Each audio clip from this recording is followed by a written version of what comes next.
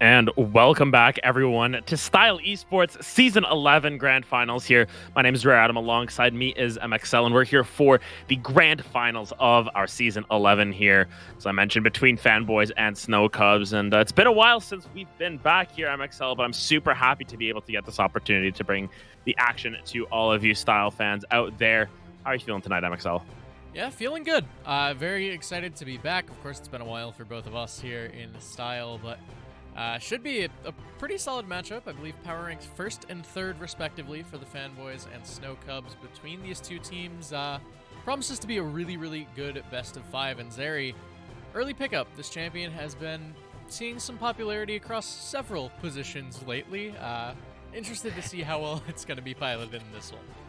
Yeah, and of course, Zeri, one of those champions it's really easy to pick up. It's pretty straightforward in terms of being strong, I guess, is the way to put it. You get your power spikes at all the right times, but we'll take a look more into that as we go on. As you can see, the bans at the bottom of your screen, Nautilus, Volibear, and Trundle banned away by Fanboys. On the flip side, there's a couple bans that may be missing. We've got an E-sub in the mid lane here. It's going to be Dovey instead of Labule today. But on the flip side, one of those other S-tier picks that we see so often, that Wukong gonna come through. Wukong jungle been basically just pick banned for the last 3-4 patches, it seems. Yeah, I'm double checking myself here before I go too ham on this, but I believe there were some changes that came through on this patch specifically to Divine Sunder, which made it a weaker item. Was it this patch or is this next patch? Am I confusing I'm confusing patches. Yes, but you are confusing patch. Of course. This is why I don't look at next patch coming up. It is coming through shortly, so we'll be nerfing Wukong kind of indirectly, but until then, still a really, really strong champion in the jungle role. Pair it with the Ashe as well. Does decently into the Zeri, of course. You have the ability to slow her when she's in that ultimate, but Seraphine could potentially even maybe see the Senna with it. Maybe put that Zeri mid. It can be spicy, but of course more than likely going to be that Zeri Seraphine bot lane. Yeah, and one of the main things is that Zeri, as you briefly mentioned, there can be flex into that mid lane. It's very niche at best to see it there. Very likely going to be seen on the bottom side. The Lilia hovered for now seems to be locked in. Lilia's an answer to Wukong, though. Not as straightforward as it may seem. Yeah, it feels a little awkward. Realistically, Lilia struggles against things that can reliably get on top of her, and Wukong does fairly well at that. So we'll have to see how that matchup plays out. Of course, any sort of early advantage for Wukong can snowball ridiculously for the side of Snow Cubs, and if he gets ahead, it's hard to shut him down. But we were talking a little bit about this. A player with, what was it, 1,000 games on Volibear last season, and like 18 is his next highest on Amumu or something. Amumu going to be locked in before that one can be taken away, so this does signal the Wukong probably going into the top lane. More than likely, of course, could be mid if the matchup allows for it, but I'd expect to see that going topside. And realistically, I think both of those are wrong, and I think this Wukong may go jungle. Could be the Amumu support as well. One thing that has happened is Amumu getting a lot of what made him strong in support back in recent patches, specifically the lower cooldown on bandage toss, or the lower mana cost on bandage toss, meaning that 30 mana bandage toss is at level 1, probably one of the strongest basic abilities in the game because you get 2 charges of it. We'll see if that ends up coming through. Of course, still a little bit yet to be seen. We'll find out where everything ends up sorting out, but thus far these teams, they seem to have drafted their jungler and their bot lanes for the time being. Of course, once you take away someone's one trick, it puts them down the echelons a little bit in terms of comfort, but realistically here, Wukong or Amumu, both of them aren't the hardest junglers to pull off. Yeah, they're both pretty straightforward. I mean, when it comes to Amumu specifically, the majority of your mechanics is going to be how well you can R-flash with the champion if you're able to kind of reposition that ultimate as a result. Can be pretty oppressive if you're able to utilize that combination of spells, but we'll have to see. Of course, Gnar, Camille both banned away, so also kind of agreeing with you, saying that Wukong is going into the jungle, Amumu support. My concern with that is Amumu into Zeri doesn't sound like a great time. I know that they changed the way his E-passive works so that it's a little less ridiculous into Zeri. That's the good part of the matchup, I suppose, but actually landing anything onto her can be kind of tricky, and when you have an Ashe, I'm not sure I like that damage profile that can come out in that lane. Ahri currently hovered. Decent blind mid will be locked in. Yeah, I think a big thing to focus on as well, if we look at how this entire game is going to match up, is that on the top side here, Lacan getting a decent amount of bans if we want to count Trundle as maybe a flex ban as well, getting the Camille and the Gnar as well. This is a top laner who has a lot of experience playing at the highest level of play that they can play at, which is collegiate. They've played in amateur, they've played in the Proving Ground circuit as well. So this is a player that is very strong in their own right, lots of experience on competitive teams. Does that translate here into a more for fun team, you want to say, with Snow Cubs playing with, some of your friends? We'll find out, but Akshan here going to get locked in as the potential answer to Ahri. This is a champion we don't see very often, and with how much magic damage has already been picked up, I don't mind this pick.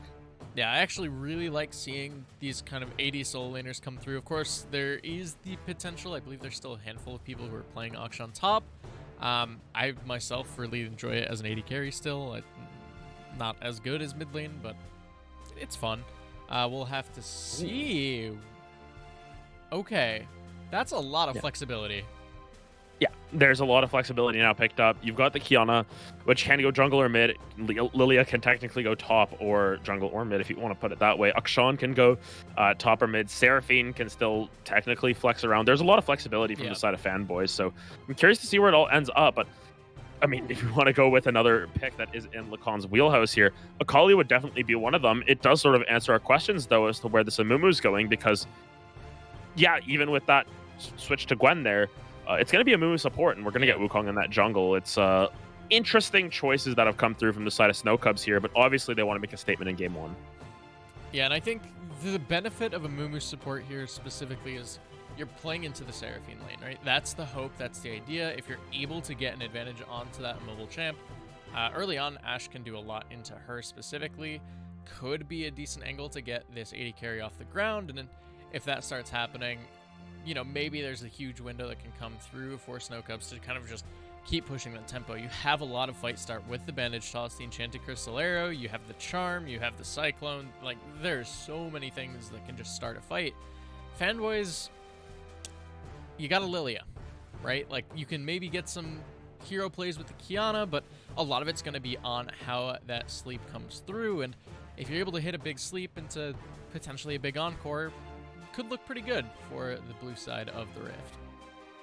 Yeah, there's still a lot that can happen with the side of Fanboys here in terms of even their team fight, right? As you mentioned, you know, you've got this supreme display of talent from the Kiana, you've got the sleep coming through from Lily, you've got Zeri, which can do a boatload of damage in these team fights, of course, alongside that encore. Whereas on the flip side, you know, for the side of Snow Cubs, they've got their own strong team fight in their own right. You know, Amumu plus Wukong, you've just got so much area effect crowd control to toss down there. But of course, we'll find out where everything ends up slotting out. I want to sort of go lane by lane in what we expect, though, because Akshan into Gwen here, it was Akshan blind picked. What do you make of this matchup here? MxL. What do you make of Akshan versus Gwen here? So this is kind of coming back from, you know, playing a ton of AD carry, specifically into Gwen all the time, you know, playing it a lot in plat leagues at the time where Gwen was a ridiculous pick in both top and jungle. Ranged into Gwen actually feels really bad. She puts up her W, you don't really do anything, and you don't really want to jump into that W with her. Of course, I believe she did get some nerfs recently to get a little less resistance when in that Shroud, but still not great, still not fun.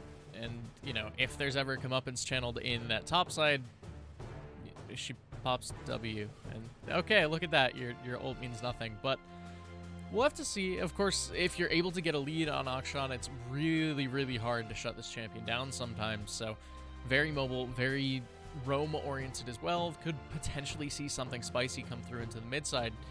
Kiana has decent setup early. Has that Ice Q that can come through, so we'll have to see. I think most of it's going to be on Sunday mornings, just looking across the map, however. Yeah, and actually just noticing this right now, Lebuel actually is listed as the top laner right now. Dovi in that mid lane as the E-sub, so it seems like Lacan isn't playing here.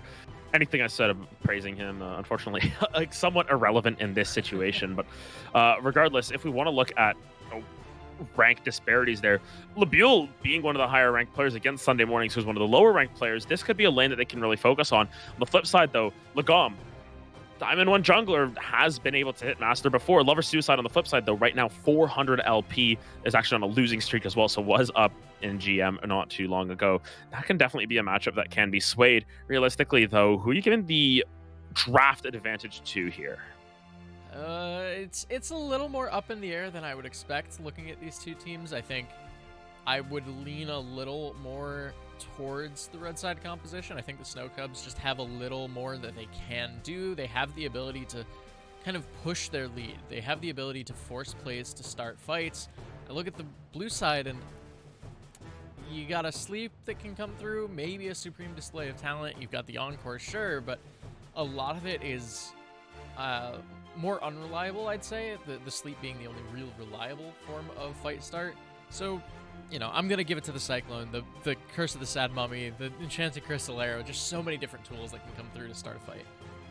Yeah, so we'll see if Snow Cubs are able to deliver on that prediction from MxL, or if Fanboys are going to be able to potentially surprise us with this harder to execute comp in game number 1. But of course, we're going to head to a short break here while we wait for the spectator delay to finish. When we're back, we'll be on the Rift with game 1 of our grand finals here of Season 11 Style Esports. We'll be right back.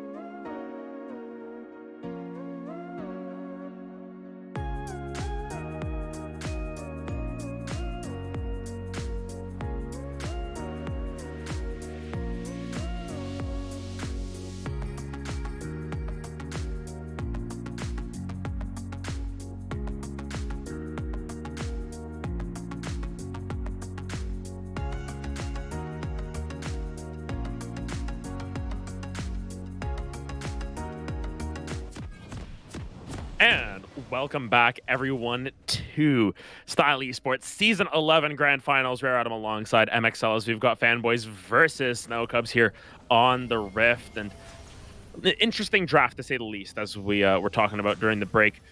these are two of our top 3 teams, and their drafts a little bit interesting overall. You know, a lot of comfort picks, it seems, from both sides, but really not conforming to the meta as much as maybe we expected them to. Yeah, I mean, the most meta pick I'm seeing is like the Wukong jungle and the Ahri mid, right? We've been seeing some news about Qiyana kind of making the rounds in the mid lane as of late. I think a lot of the recent changes have been pretty nice for this champion. Zeri as well has been doing well. We've heard a certain few people, I think of Biora on Twitter, constantly saying, you know, these Seraphine changes are nuts. She was already strong. Why are we buffing her? Yes.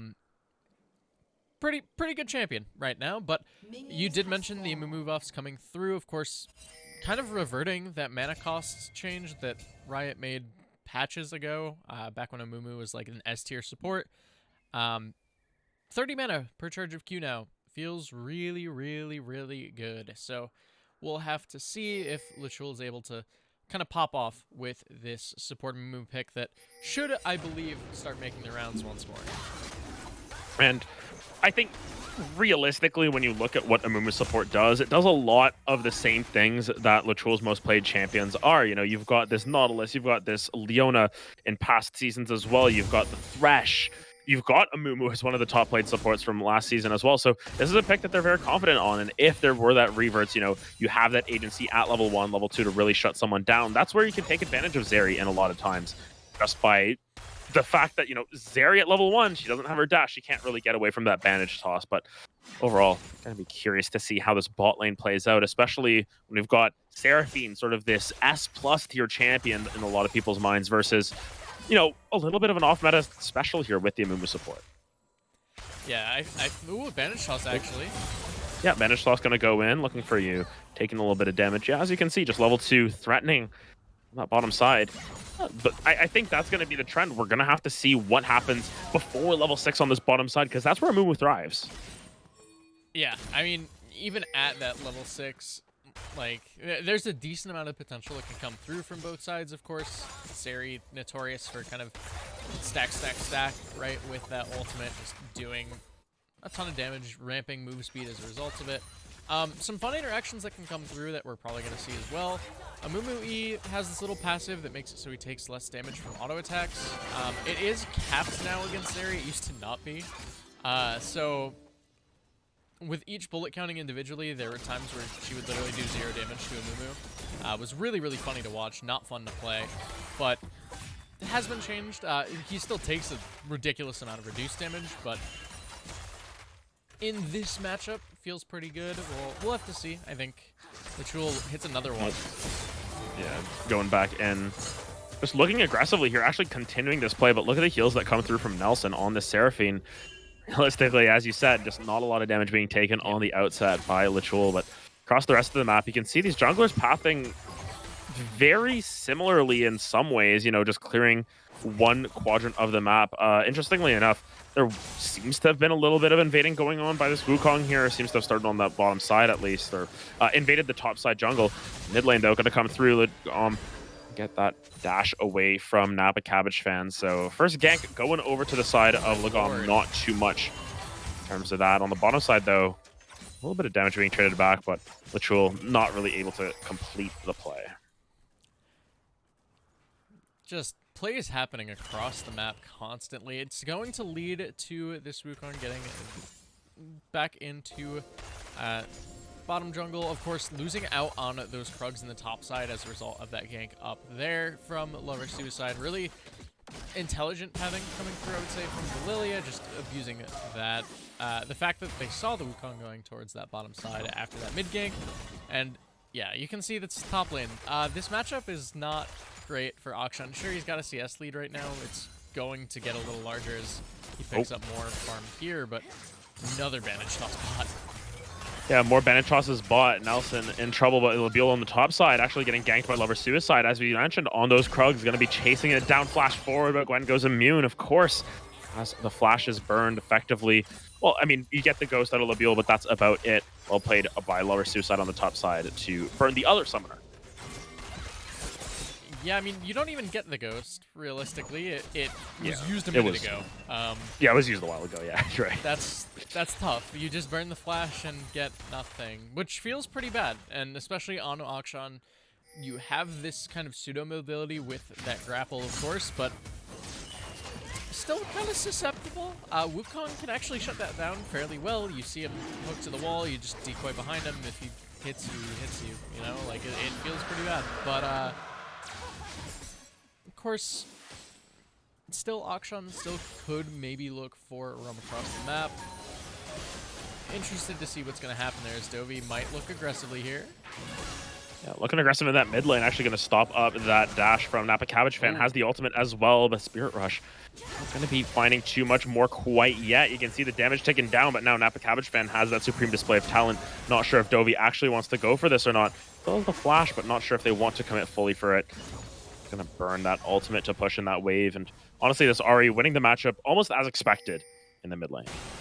Yeah, especially early on, you just have that range advantage. It's really easy to kind of abuse Kiana early, especially after that early gank came through from Lagom, as looking for you, dodging out of advantage. Yeah, Dream Day, though, putting down those constant slows, but look at the damage coming through from this Seraphine as well onto Dream Day. Now forced back, Lechul in a little bit of trouble. Dream Day's got that lethal tempo stacked up. Are they going to be able to find it, dodging away that Seraphine E as well, so won't be able to stay alive, but this bot lane just seems to be a catalyst for action, but no kills quite yet here 7 minutes into this one. Yeah, and big thing to note as well, Dream Day opting into the tier 2 boots rush. Love to see this against things like Seraphine. Does super well into champions where dodging skill shots is a must. Very, very intelligent pickup coming out from this Ashe, as potentially we see a play coming up through in this top lane. Looks like it was just the assist for it, that wave to get pushed in. Of course. This top side matchup, as we mentioned, despite Sunday Mornings having that sort of CS lead, more so a factor of that gank, more so than anything else. Oh, long range bandage toss going in on Lechul. As you can see on the flip side, though, the beat dropping down onto Nelson as well. Dream Day just forced so far back because of the Seraphine, and despite a really good engage from Lechul, not any openings for this Ashe to be able to come back into it. Yeah, fairly tough matchup. Of course, we mentioned this before. While Amumu is able to find these really, really good angles, there's just no damage coming through from this lane. The Zap not going to land. Dream Day's in trouble. Yeah, Napa Cabbage Fan's going to follow through. Will be able to get the Seek down with Kiana Q. First Blood going to go over him. Another one in the makings as well. Looking for you. Going to be able to dash it over that wall as well. Well executed die. That's 2 kills going over to the side of Fanboys. Yeah, and unfortunately for the side of the Snow Cubs, the Ahri Wukong show up just way, way too late. They don't find the read on that play, and instead of getting anything as a result, they look to respond, can't clean anything up, and it's just 2 quick and clean kills going over to exactly where they need to be for the Fanboys. It was almost expected at that point. I mean, we saw that huge wave brewing. Dream Day really not finding a reset and just getting zoned off of so many of these plays, just getting poked out really well by the Seraphine. More so than the Zeri in that lane. It ends up biting them. You can see build's going to be relatively even for the time being still between the 280 carries, but still, that first blood going into that Kiana's pocket, going to be pretty substantial. We know Kiana just loves to roam around the map, and even then, not really losing out on too much in that mid lane, although Dovey was able to pick up a plate, maybe a second one in the making as well. Yeah, but again, could have been a little more. Would have been that second plate guaranteed, of course, if Dovey had potentially just stayed mid, said, you know, okay, we lose that bot fight, let's at least get something back for it. We'll be able to probably crash that in here shortly as, yeah, top lane, sure, Gwen's down a level, Gwen's down 20 CS. It's still melee and ranged, but Sunday Mornings cannot get anything done up here. I think sometimes a counter isn't necessarily that you win the matchup. It's just that your kit does well into the enemy's kit. And as you mentioned, you know, just being able to drop down that Hallowed Mist to be able to dodge away from all of Akshan's kit if he wants to look for an execute is really, really pivotal for Labule here.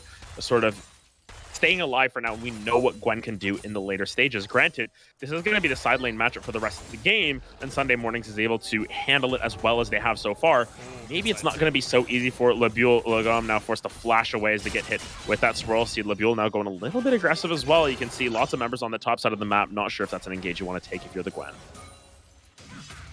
Yeah, 4 members from each side up in this top lane, but big thing to note, Enchanted Crystal Arrow is a global untargeted ability, which means Dream Day can fire that thing from halfway across the map and still make a play happen. Counts as kind of this 5th man, ult top.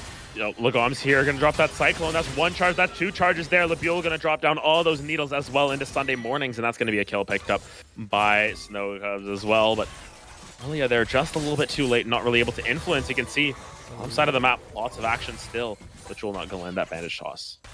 Yeah, it does have the flash, doesn't want to commit that, of course. Not a lot of damage. If you're not able to get all of those early, bandage tosses in, the early volleys get that poked down.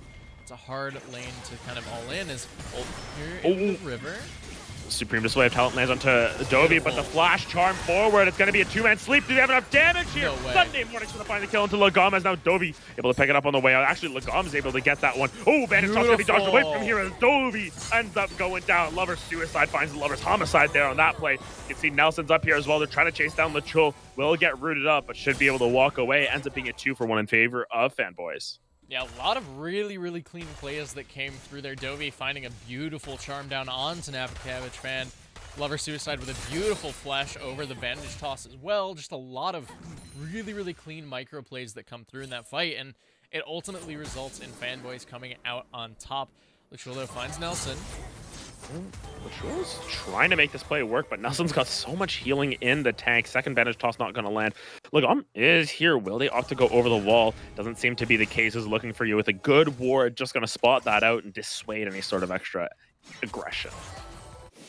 Oh, mid. Dovey. Yeah, Hovey's in a lot of trouble, taking so much damage from those Edge of Ixtals there. Abba Cabbage Fan doesn't really have that extra little oomph to kill it, though, but will be just a little bit more damage taken by Dovey.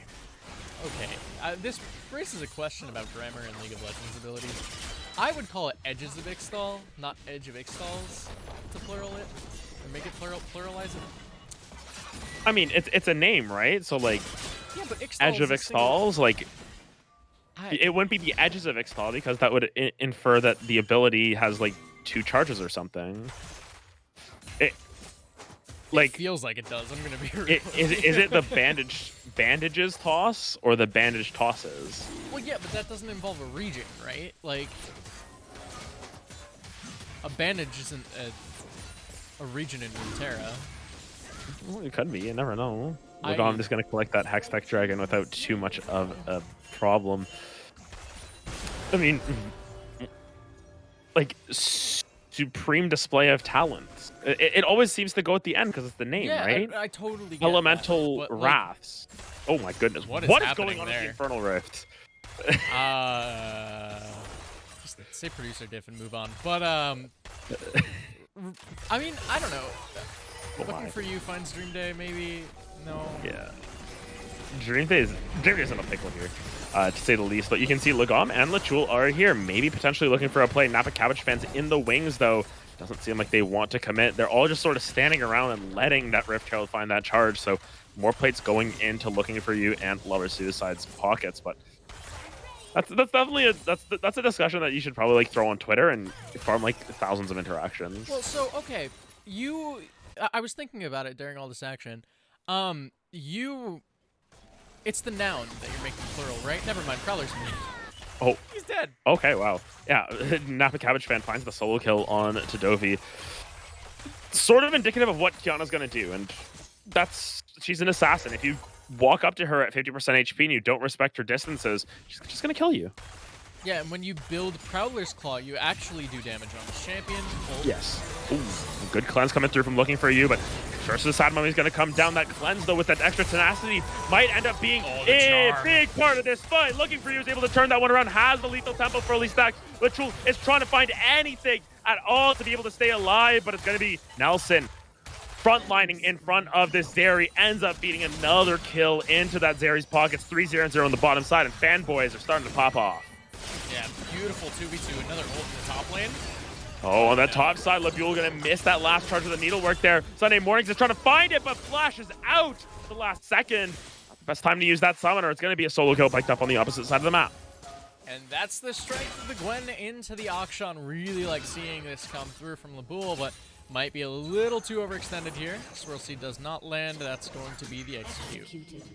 Actually going to get that execute. Potentially could have gone over to Sunday mornings, but I think it had been just a little bit too long since that happened. So well played by Labil to be able to get out of that, but still 4,000 gold lead in favor of Fanboys. And realistically here, this game is starting to get a little bit out of control. I mean, look at the Zeri on the bottom side. The difference between these 80 carries starting to bear its fangs. Yeah, I mean, Ashe is notoriously bad in the early game, so I'm not too surprised by this one. The cleanse negates so much of this champion's potential, but we'll have to see how this one progresses. 2 minutes until that Infernal Drake spawns. Of course, both of the first two Drakes going over to the Snow Cubs, even considering how arguably poor this early game has gone. And to finally get back to my last point, the word you make plural is definitely the noun in each thing, right? I would consider edge to be the noun and MxL to be like an adjective of what type of edge it is, right? So that's why I would say a noun is a person. It's a person, place, or thing, though. I would say that an edge is the thing. Yeah, and so is MxL. It's a place. Yeah, but MxL is describing what kind of edge it is. It's an edge of MxL, right? So I would say. How do you know that? Edges. You know what? How about you get the edge of? Oh, you know what? You tried. You really tried, bud. Get the edge of this race. Yeah, get the edge of this ratio. My goodness. That's what it's like. Bandage tosses, because it's the bandage toss is an entity in itself, right? But toss is not a correct person, place, or thing. It's a bandage toss. Is the noun. A bandage is the noun. Like, if we're gonna get into the grammatical thing of it, just go to Twitter. Dovi's gonna use a great Everfrost there and stand behind those minions to be able to dodge away from the comeuppance. It's a toss. The toss is the thing that you're. It's the action that you're doing to the bandage, but the which toss, is the thing. The toss is the noun. It's the thing you're doing. The type of toss is a bandage toss, which is why you do bandage tosses. You know what? We'll put a poll in Twitch chat after this game, and they can decide what they think it is. Because realistically, Edge of MxL is what the ability is called when you don't have an element. So realistically, we've been wrong this entire time, and she was throwing out elemental wraths that entire time. So is that seriously the name of that? Yeah. It shows you how much I cast Kiana. No one really casts Kiana. The champion's been... She's like a pocket pick, right? She's been a jungler. Well, yeah, she's been a jungler, but I mean, as it stands right now, this Kiana pick from Napa Cabbage Fan has been doing quite well, going in once again with the Elemental Wrath there, but may actually be taken down. Dream Day able to actually cleanse away from that Supreme Display of Talent and able to pick one up, but a big encore into 3 members into the Lightning Rush coming through from Zeri. She's starting to overcharge here in that front line here. Doesn't really need to worry about anything. Big Sleep going to come down as well. It's going to land onto 3 members. Lagom is burning down on the side. Dream Day goes down as well. It's a massive fight for the side of Fanboys. It's going to be a 3 for 2 in their favor. They pick up that dragon as well, and what looked good for Snow comes off the offset. Not so great when it all falls to the ground. Yeah, beautiful start to that fight. It looked like the good pick down onto Napa Cabbage Fan, who actually had a clean outplay on to Dream Day, but was not quite able to get the kill. Comes through on to this poor Kiana. The Drake trade was seemingly the only response, but everything right afterward going in favor of the Fanboys, just turning the fight, taking the Drake, taking the mid-tier 1, and taking a firm grasp on this first game of the best of 5. They've got this game, and I don't want to say it's a stranglehold quite yet, but yes, I think it's like a good, hand around the neck at this point, if we want to put it that way. They've got a stronghold on what is an essence of a lead, but this is a great play from Lechul. Sunday mornings, unfortunately, unable to replicate that against the wall. Labil going to be able to find another kill for themselves. A steal down from Lagom onto this Rip Tail, able to walk away with that, but will end up going down for their efforts as well. With her really good Everfrost as well to disengage that fight. Ends up being the steal and a 1-for-1 on that Herald play, top play. Honestly, just good play from Snow Cubs. They're keeping it competitive despite being down 6,000. Lagom has 42 vision score at 20 minutes as a junk. That's insanity. Like, Nelson is keeping pace too. They're both at 42, but that is a lot of vision control. Notice that when I made sure that that Rift Herald was secured by the Wukong, of course. Got the steal, was able to pick up that eye, but yeah, the vision control coming out from the Fanboys support, and of course the Snow Cubs jungler, just kind of showing where a lot of this focus has been. This bot lane control from the blue side has just been so strong, and over on the red, it's been a lot through how Lagom can kind of find these ins, find these windows. Hasn't worked out too well, unfortunately. 1-3-3 on the Wukong right now, but Dobie might have found Kiana. Yeah, finds that charm down, but Supreme Display of Talent into the wall, and that's the power of the assassin.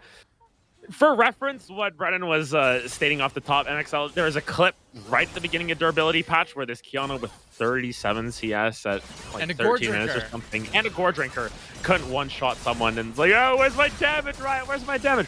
Because you built Gore Drinker on Kiana, that's where your damage went with your build. You're going to be able to pick up a tower on the top side, but yes, Kiana still does a lot of damage. Assassins are still doing damage. They can stay alive longer as well, so realistically it just means that, you know, you actually need to outplay. Oh my goodness, Enchanted Crystal Arrow not going to land onto Lover Suicide. It was close on Nelson too, like both were really close angles, neither hit, so kills can't come through there, will just lead to resets. But yeah, that clip tilted me into oblivion.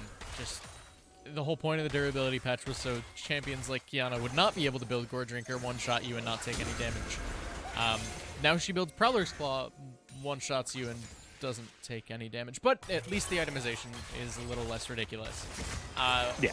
We'll signal the Baron start here for the side of the Fanboys. Of course, decent vision control in this top jungle, and not sure if the response is quite there.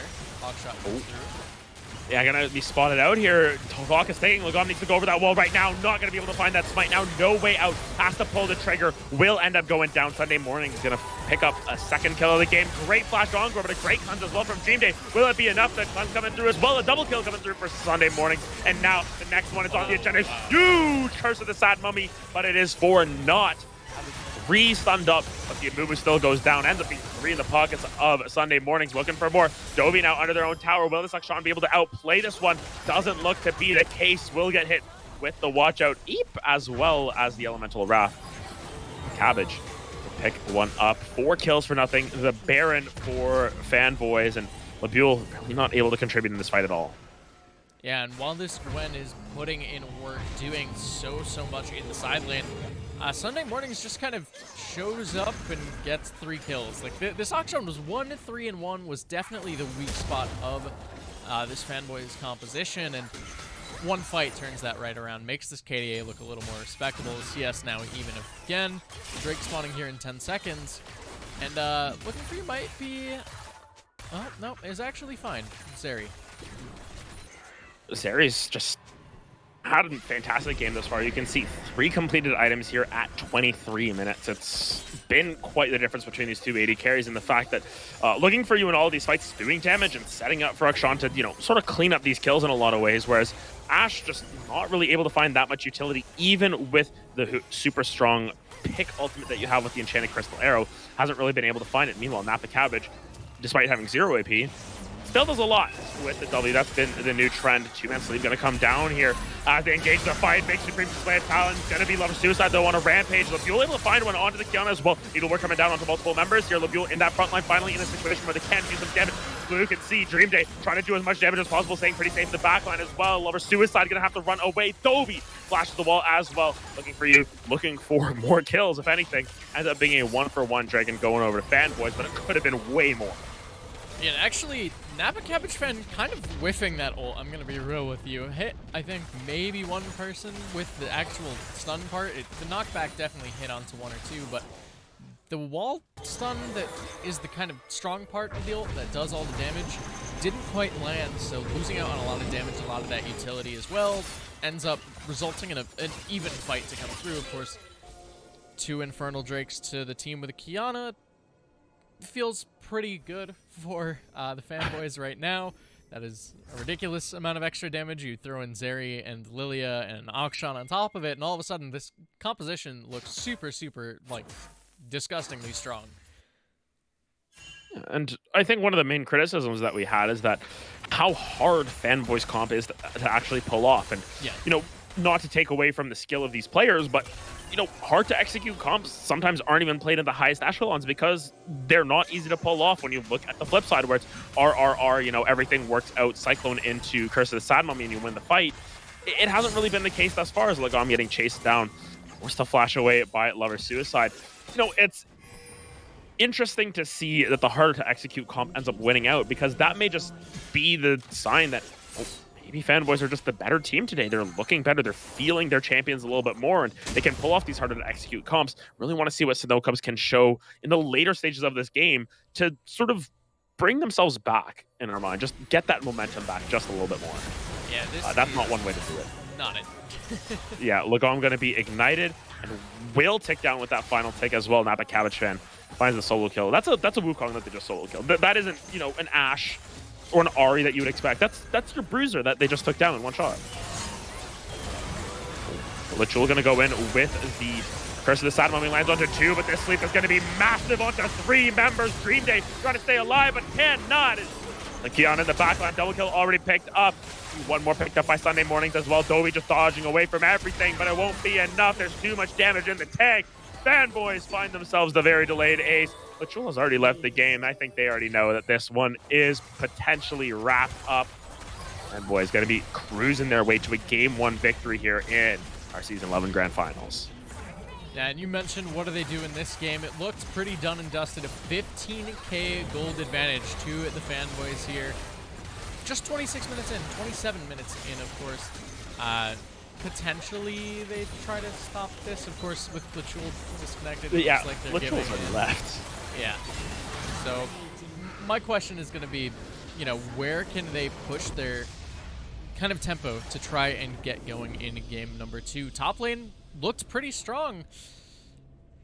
Bot lane, not so much. Yeah, and of note, this is sort of a grudge match for the side of Snow Cubs. Fanboys were the ones who knocked them down into the lower bracket from the get-go in semifinals. So in these finals, Fanboys already with a little bit of that advantage going into it, a little bit of that mental edge. We'll have to see what Snow Cubs are able to come out with in game number 2, though, as try and take a reset here really quick, get ourselves ready for game 2. The series already delivering on many levels. We'll be right back with more Style Esports action.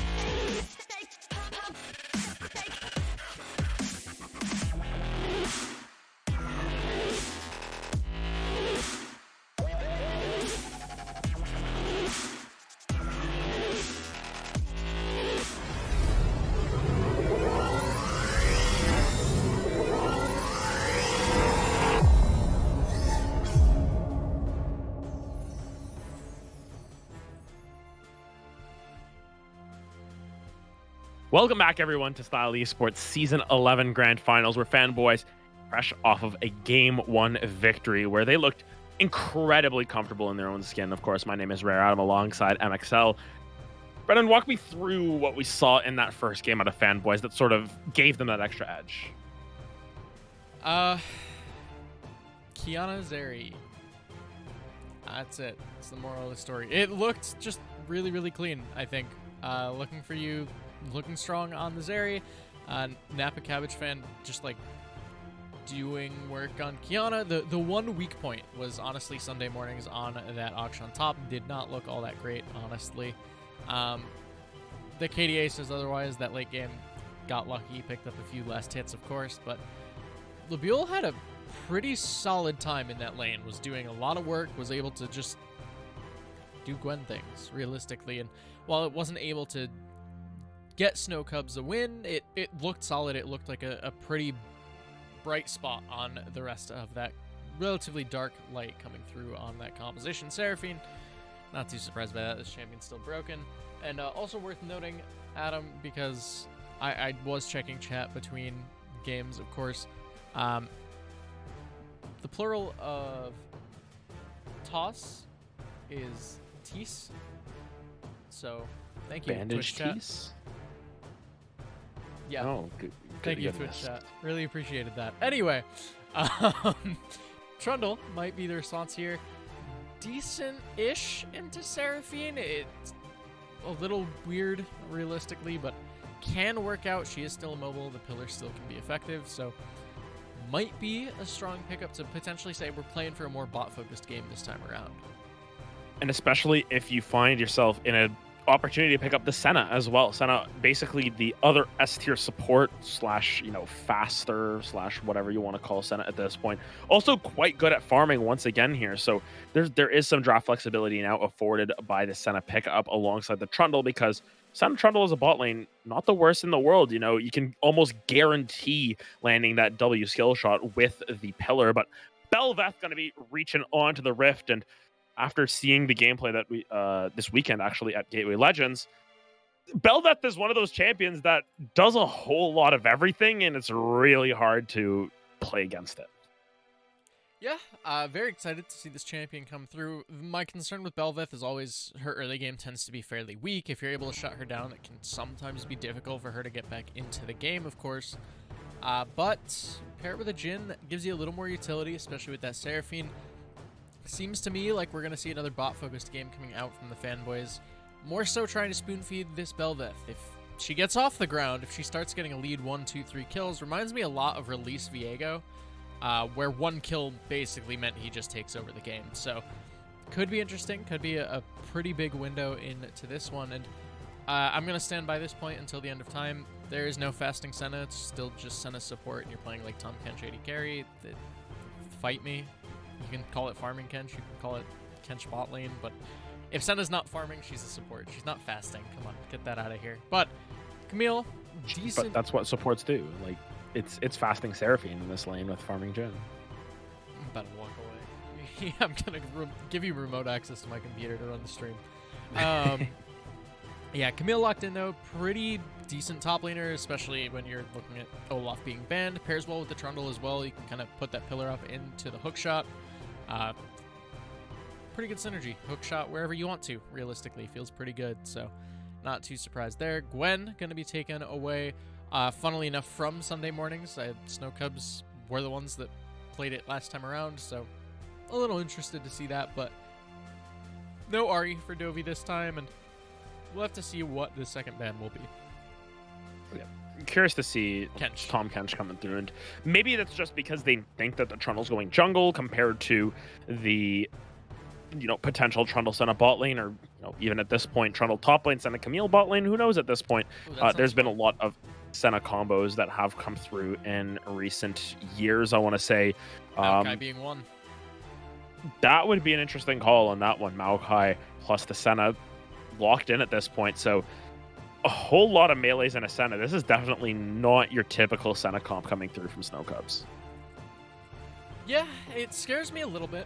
The big thing with Senna is she's another one of those champs where if she falls behind fairly substantially early on, it can be kind of rough, kind of tricky for her to get back into the game. And when you're the only ranged threat, granted, this game doesn't have necessarily a ton of dive, but when you're the only range against the Seraphine, that generally means you're going to have a lot of people that are going to extend that Seraphine ult onto you, so have to be very aware of that.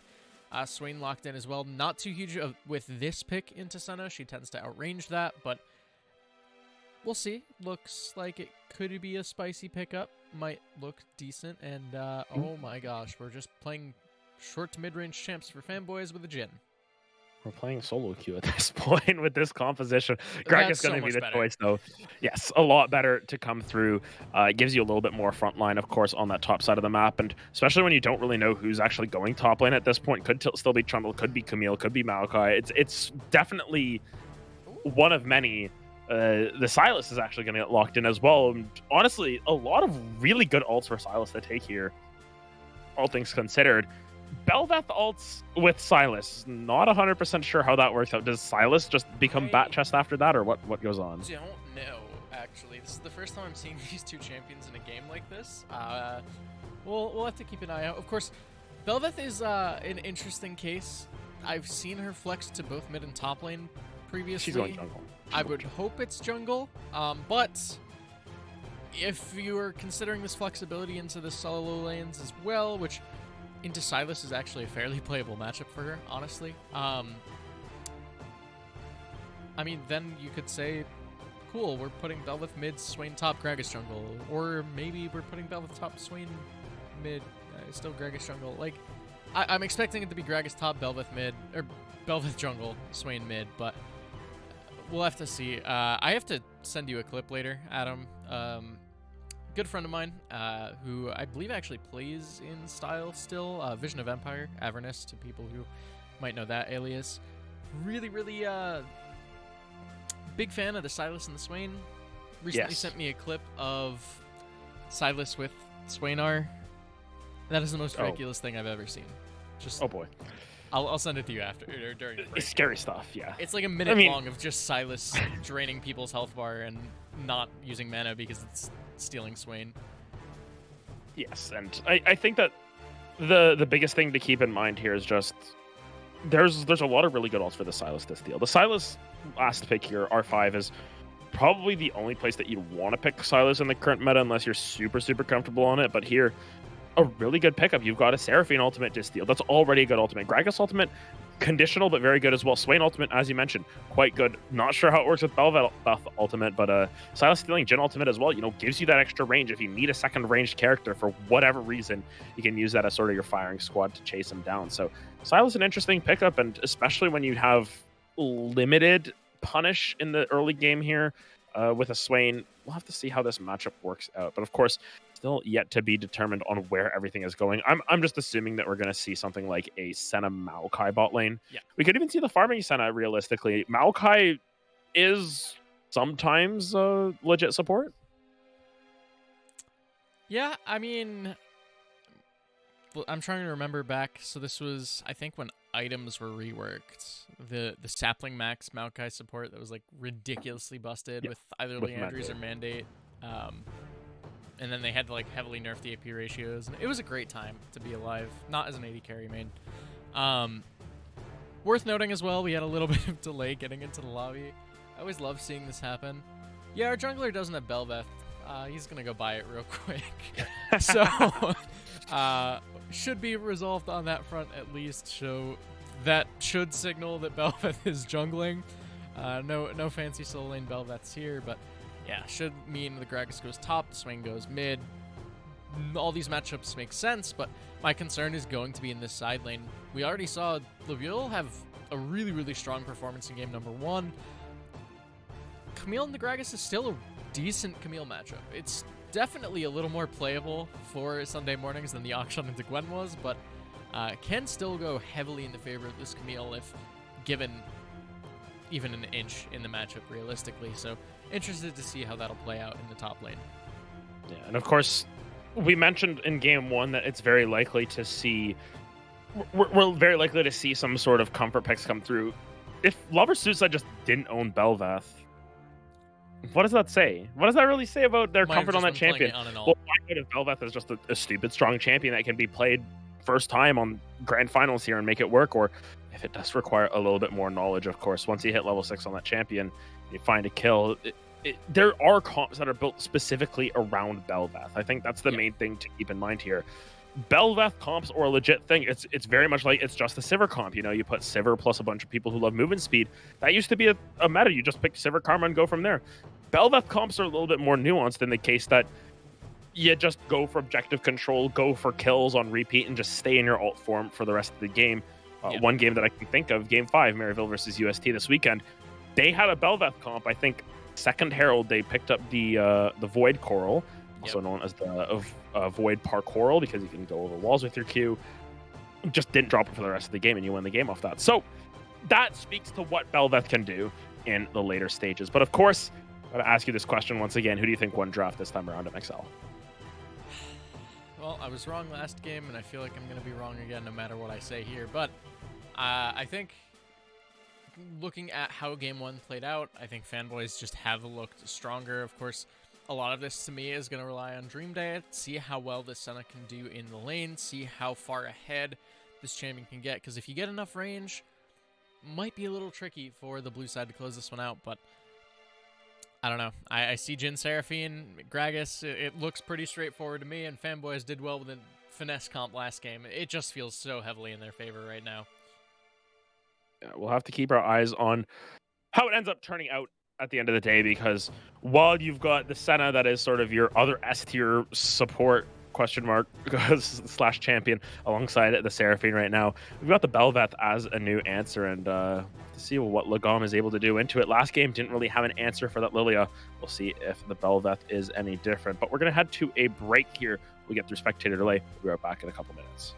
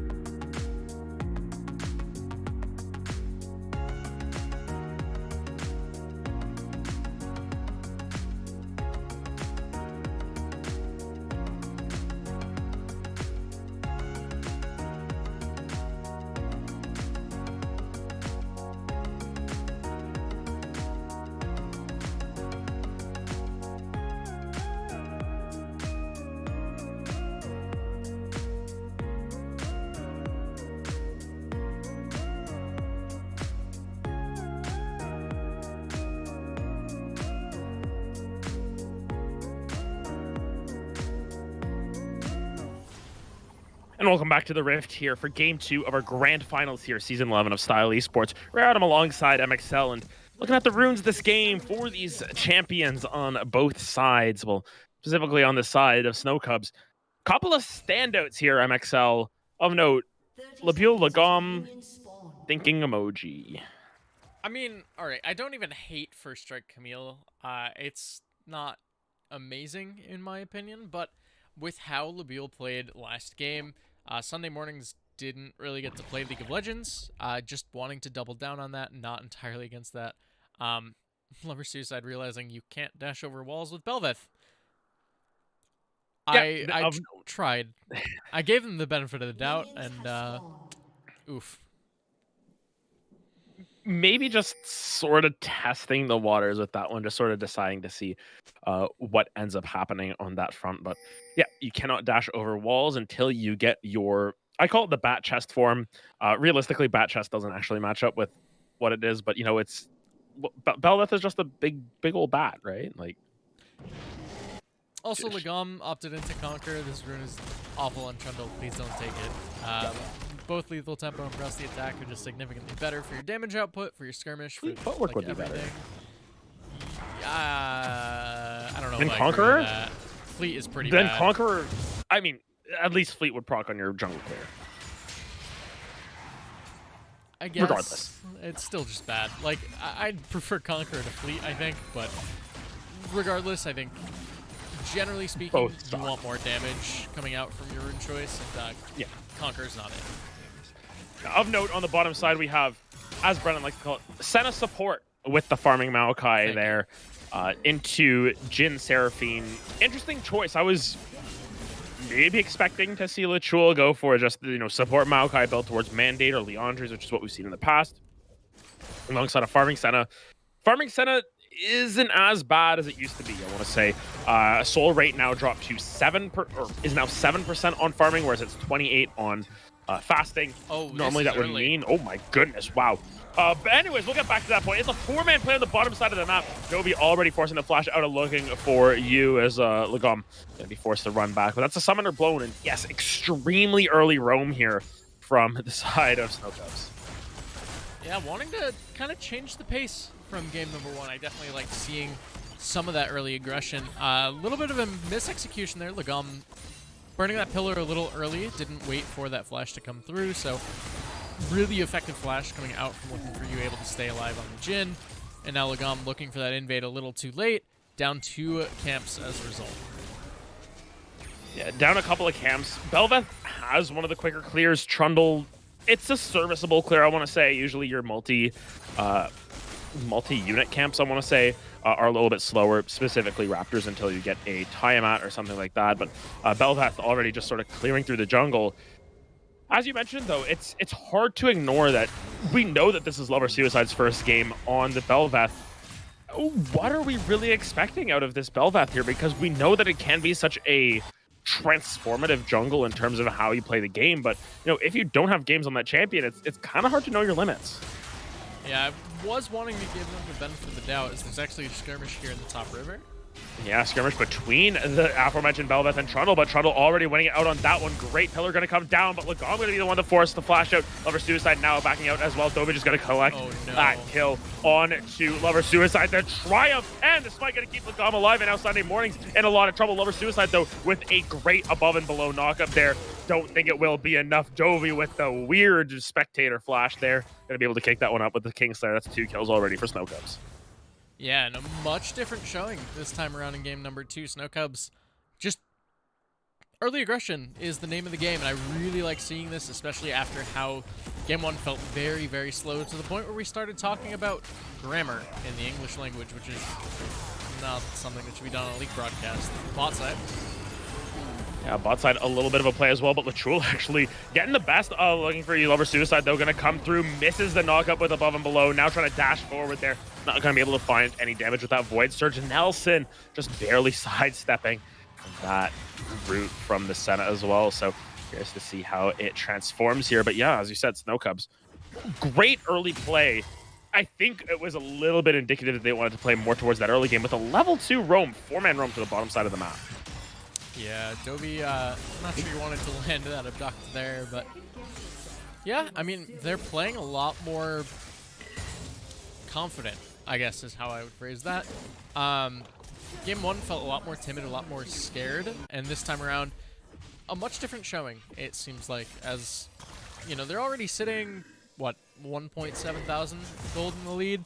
All of that off of these early kills, this early aggression, and Leviel not having as great a time in this matchup as I would say Game 1 was so far, but especially with First Strike, I expect this lane to just get out of hand very, very quickly if Leviel's able to even get another kill. And of course, it's really dependent on how they're proccing the First Strike. I mean, Gragas is one of those champions that is melee, but just has the barrel, so you have to be mindful of that. But, you know, able to drop down some First Strike procs there. We'll have to keep an eye on how much they actually make off of it. Realistically, I'm not expecting a whole boatload of gold coming through from the First Strike. Let's be real. I mean, it's definitely more for that mid-game damage spike. I would think coming out for Leviel, you're going to get that extra, I believe it's 9% damage ramp that comes on, which 9% extra damage on Camille. Guys, like, you already were complaining about a Cho'Gath on a Q. Like, it's just going to get worse. Conversely, you could just go, you know, Conquer and or Grasp, get more damage, or Grasp and have just as much of a. There are better options. I want to say. I don't disagree. Yeah, jury is out. We'll find out how this First Strike Camille ends up going. You know, if we end up seeing a kill by the slimmest of margins, then we can start to say, wow, First Strike is absolutely based and should be taken every single time. Digressing from that point once again, you can see. Yes, Trundle going for that timeout early just to get that clear through, but Lover Suicide already showing up on this top side. Still level 5, not able to find the Void Parkourals yet with a kill, but Lover just trying to get out of this one as quickly as possible, using the Hextech Ultimatum to hop on top. Will be able to get out the explosive cast. Quite a beat enough as they're able to escape. That was all done without the use of the flash as well, so Lover Suicide, once again, not quite having the tools to get that kill. Kind of showing why a lot of people will still opt out of taking that flash on the Camille. It almost feels unnecessary when you can make plays like that, get out alive after it all. Lot expended up in that top side as well. Signals to Lagom. You know, this First Strike should be pretty free, should be able to secure that. And yeah, early Mountain Drake. You have Trundle, Silas, Camille, Maokai. That's going to feel pretty good, I would say, as the game progresses. And another thing to point out is that getting that early dragon just means that Belveth isn't getting that, not getting the Void Coral, of course, not even level 6 yet, so not going to be too up on that. Of note, taking the Rift Herald may not actually have that ultimate available for it when it comes down to it, but will just be forced off of it by a Roma from Dovi. So thus far, this Belveth, kind of useless in the nicest way possible. Yeah, her early game tends to be pretty weak if you don't have a ton of setup, which Swain cannot lock down Silas. Sorry, that's not happening. And Gragas early can't really do a ton into the Camille, I would say, so not too surprised. The only lane to play through would have been bot, and a lot of this Belvet's attention has been in the top lane, which feels a little odd, to say the least, but okay. Yep, cast a curse. You can't land an E on Silas, as he does it. I mean, letting the Eon Silas is one thing, but I mean, you can just buffer your own dash out with the Abscond, so maybe able to get out. Speaking of which, that's going to be Silas using the Demonic Ascension. Oh, Lover's Suicide trying to find something, but will get taken down by Dovi there. Now, they're trying to chase down onto this Swain. Swain will be forced to flash out of there. Dovi stealing away the Demonic Ascension and doing exactly what you expected, which is drain tank 2 members and pick up a kill. Yeah, the only champion that might be more disgusting with Swain than Swain is Silas, so... Oh. Okay. Lebuildo knocked under tower here. Will they be able to find enough damage? No rune effectively for Lebuil for the next little bit, but still able to win out on those trades against Sunday Morning. Going for the Everfrost. There's a little bit more of an offensive build here on this. Gragas means that Lebuil able to punish just a little bit harder than you would expect. Yeah. Interested to see. I think there might have been a kill angle for Lebuil there with the flash. Had the Sheen as well, so... might have been able to get the solo kill. Would have been greedy if it didn't get the kill. It would have been a tough look, to say the least. Just might not have thought they had enough damage. Understandably so. Their ability patch does wonders. But Trundle securing the Rift Herald in the meantime. So, again, this early game much different, I would say, than game number 1, but everything is in favor of the Snow Cubs. Yeah, it seems to be going a lot more in favor of the Snow Cubs' way. I think that Fanboys in some aspects are just sort of caught off guard a little bit. They drafted this comp that seems a little bit out of their comfort zone. I mean, specifically with the Bel'Veth, we keep going back to it. It's kind of like pulling the curtain back and sort of breaking the fourth wall with it. But in a lot of ways, if you're drafting a champion that you don't own, it means that you haven't played the champion, and you might not be able to quite know the limits of this champion. Of course, this is ignoring the fact that they could have ult accounts or anything along those lines. But regardless, yeah, Lover Suicide just seems a little bit lost this game. Yeah, I mean, I was the one trying to say, you know, maybe there's a window where, okay, you just had it on an alt account, you've been playing a lot of it on there. Level 1, we saw the Bel'Veth walk at a wall and try to Q over it, which kind of signals a lot when it comes to this champion. So, Dovey and Cabbage Fan might be looking for something spicy. Seraphine in the area, of course, but this does now open up a punish bot side. And as you said, you know, it's gonna hopefully scale into the later stage. Lover Suicide, though, getting ulted by Lagom here, looking for a little bit more. Doesn't seem to have quite the tools necessary to find the kill on it. But yeah, Lover Suicide here just sort of walking around, not really able to do a whole lot, and Trundle just fancies their chances at an invade. You mentioned the early game is going to be weak, but now at level 6, you know, you expect a little bit more out of this Bel'Veth now. Yeah, I mean, there's a chance. But the big thing with Bel'Veth is you want to be able to take those neutral objectives. Yeah, specifically your Herald, specifically your Baron. It's tough when this happens because that's where a lot of your strength comes in. It comes from having that form up and available. You get that from takedowns for a minute. Void creatures give it to you for 3. If you're not able to get those Void creatures, it feels kind of bad. So... And especially losing out on that first Drake. The second one spawning here in 30 seconds might be the angle, but they're playing top instead. Yeah, playing towards top side. Labule going to be able to escape once again. The explosive cast not quite on it, but Lover Suicide maybe going to be able to find their first action of the game. Great E-Flash going to come through. Labule going to flash over that wall. Still had that summoner available, and a lot of time spent top lane, as we were mentioning, and still no dice. Yeah. Oh, Latrul. Oh, Latrul actually might have an angle onto Nelson here. Going to use that Encore flash away from by Dream Day. Going to use the Dawning Shadow as well to try and get out of this one. Dovey now in the mid lane has stolen away that Swain ultimate as well. Going to go aggressive onto Lover Suicide here. Is going to be able to find that one as well. Dovey going on a killing spree as the Bel'Veth falls. Oh, the ward with the Dawning Shadow through it for Dream Day. Able to find one as well as Snow Cubs. They just look so damn comfortable this game. Still chasing down this Swain despite being in that Demonic Ascension. Will he be able to pick one up? No. Lagom going to be able to find that one onto Napa Cabbage Fan. Curtain Call just going to be calling in Dovey as well as unfortunately looking for you. Going to be looking for absolutely no one. Maybe looking for the base at this point. Yeah, I was looking for Lagom, but unfortunately just not quite able to find the angle. And 6-0. I can confidently say was not expecting this start, but I didn't even mention it in the draft. Whatever team I say looks like the better comp, does end up just kind of losing. So, to be expected, I suppose, if you're going off of my predictions. But 2 Drakes, again, we saw this happen last game for Snow Cubs as well. Fell apart from that point on, but Labule having a good game as well, and now the rest of the team is kind of backing that up. Yeah, and I think one of the main things to always keep an eye on, especially with Senna comps in general, is seeing how the melee farmer is doing compared to the enemy AD carry. Right now, Latrul is up in farm against the Jhin. Yeah. Range versus melee. That's a subjugate that was used. And that's a subjugate that was used, yes.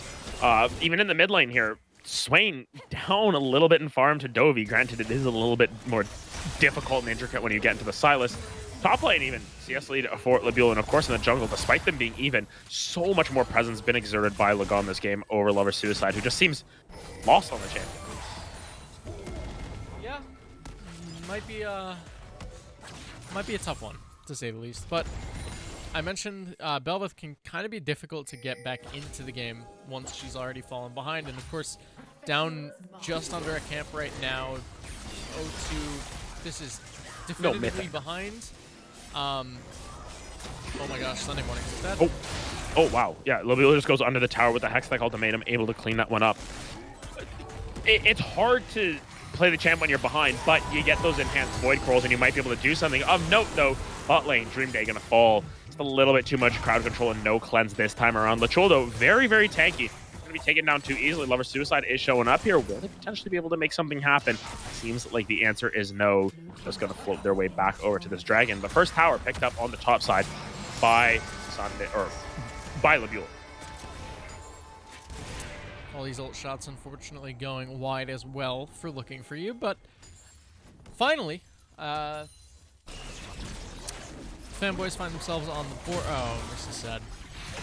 Lover Suicide just not having a good time. Oh, big bite over the wall. He'll be able to get out just barely. Never mind. The ultimate comes through from Senna. Able to find a kill with the Dawning Shadow once again, but here we go. Down through this red buff area here. Gonna find a two-man pull back. Dovi's looking, still has their own Demonic Ascension running. The Demon Flare not even gonna be popped quite yet. Dovi still drain tanking away. As you mentioned, this is absolutely crazy. Dovi's going on a rampage here. 4-0-13, still looking over the wall. That's a decisive fight when once again, 3-0 in the enemy jungle. Snow Cubs continue to push their advantages. This is actually kind of hilarious. Dovi built Liandry's. This is not something I've seen on Silas in a long, long time, but it works really well when you just get the Steel Swain ult on repeat. So, yeah, I mean, smart itemization, I would say. It's really funny. Probably the only case where I agree with Liandry Silas, honestly, but interesting to take note of. I guess Liandry Silas plus the fact that you've got other good magic damage ults, I suppose. Like, it's kind of like, I don't know. I think of Leandry's like Morello from TFT, where you get that burn damage, and you always used to build it on Seraphine, right? So now you're building it on Silas so that you can steal Seraphine ultimate, and then you're just TFT Seraphine. Okay, well, all right, slow down. But I mean, I still would stand by Everfrost generally being better in most cases. Of course, the exception being when you're basically just Swain, but better. You get that extra AoE magic damage proc that is just insane. It's why we see Swain often build into the Liandry's himself. You get that extra sustain, the extra CDR, the extra just everything that Liandry's offers. So really, really like this decision coming through. I'd say it's the correct call. Well, of course, jury's out on what the rest of this build will entail. Yeah. I mean, I see a potential demonic embrace maybe as that on the bottom side, looking for you. Gonna have to use that Gale Force out of there. Oh, Dreamdale the bottom side just blown up already, but here comes Silas moving forward, steals the encore. That's Jin already going down. Lover Suicide has now shown up. Are they gonna have any impact on this play? Still hiding off to the side. You can see here comes Gragas, and from the sides as well. Sunday Morning's gonna have to find a really big explosive cask onto someone. Won't be able to find it onto Dovi. Dovi with the fancy feet, gonna be able to dance their way around that. Meanwhile, top lane, Labule finds another tower for themselves. Snow Cubs, they're fine with that. Yeah, they get 2 kills. They get a tower. I mean, Dream Day died again, sure, but they're setting up for this third Drake as well. They're going to find their first Infernal Drake, maybe look to start trying to stack their soul, get them to that third Drake for the first time in this series. And Labule completed Triforce. Oh my gosh. Yeah, looking for you is looking for any way away from Labule. Does not want to find them, but it's just a kill in the base. A little bit of assistance coming through from Dream Day as well. Snow Cubs, they're on a roll at this point. Yeah, much stronger showing right now in game number 2, and I think these 2 games show a lot of what these 2 team styles look to be. Game 1, a lot more calm, collected, controlled, and it seemed to be a very Fanboys favored venture. Game number 2, you said it, Adam. 2 people show bot lane at level 2. You have a 4-man bot at level 2, level 3. Snow Cubs really just early aggression, pedal to the metal. They want to keep that ball rolling, and they tried a comp that could have done it in game 1, didn't quite have the damage to support it. Here in game 2, a little bit of a different tale. A lot of a different tale, I want to say. It's just it's a completely different look, and I think this will just be the last time I say it. didn't own Bel'Veth. What are you doing picking that champion? Lover's Suicide, maybe trying to make up for that right now, going in, already taking a whole bunch of damage. That's supposed to be when you're taking the least damage in your E, but it doesn't seem to matter. Looking for you once again is found. Jewel going to be able to find another kill onto the Jhin. Fortunately for looking for you this time around, it's just not their game. Yeah, looking for a little bit of a gray screen, it seems, at this point. Of course, Jhin, pretty immobile. Swain, Trundle, Senna, Maokai all do very well into that, so a little bit of an unfortunate circumstance that's been happening. Of course, if you get an early lead with the Jhin, can look strong, but this game has been all Snow Cubs, and it does not look to be slowing down anytime soon. Yeah, opening up the playbook here with a very, very quick Baron, picking it up before 21 minutes. Don't think you can get challenges in custom modes, but if you could, you would get the one where you get Baron before 21 minutes. And yeah, that's an incredibly early play. On the bottom side, though, we'll see if Labule is able to find Lover's Suicide. Does not seem to be the case, but this game is just going way in favor of Snow Cubs, and they don't seem to be letting up here. Of note, though, on this top side, Dobby going to be opting in for the 1v2 here. Stolen away that Gragas ultimate, has the Leanders, has that Demonic Embrace. Now going to get caught out by that Encore. Dodge away from that.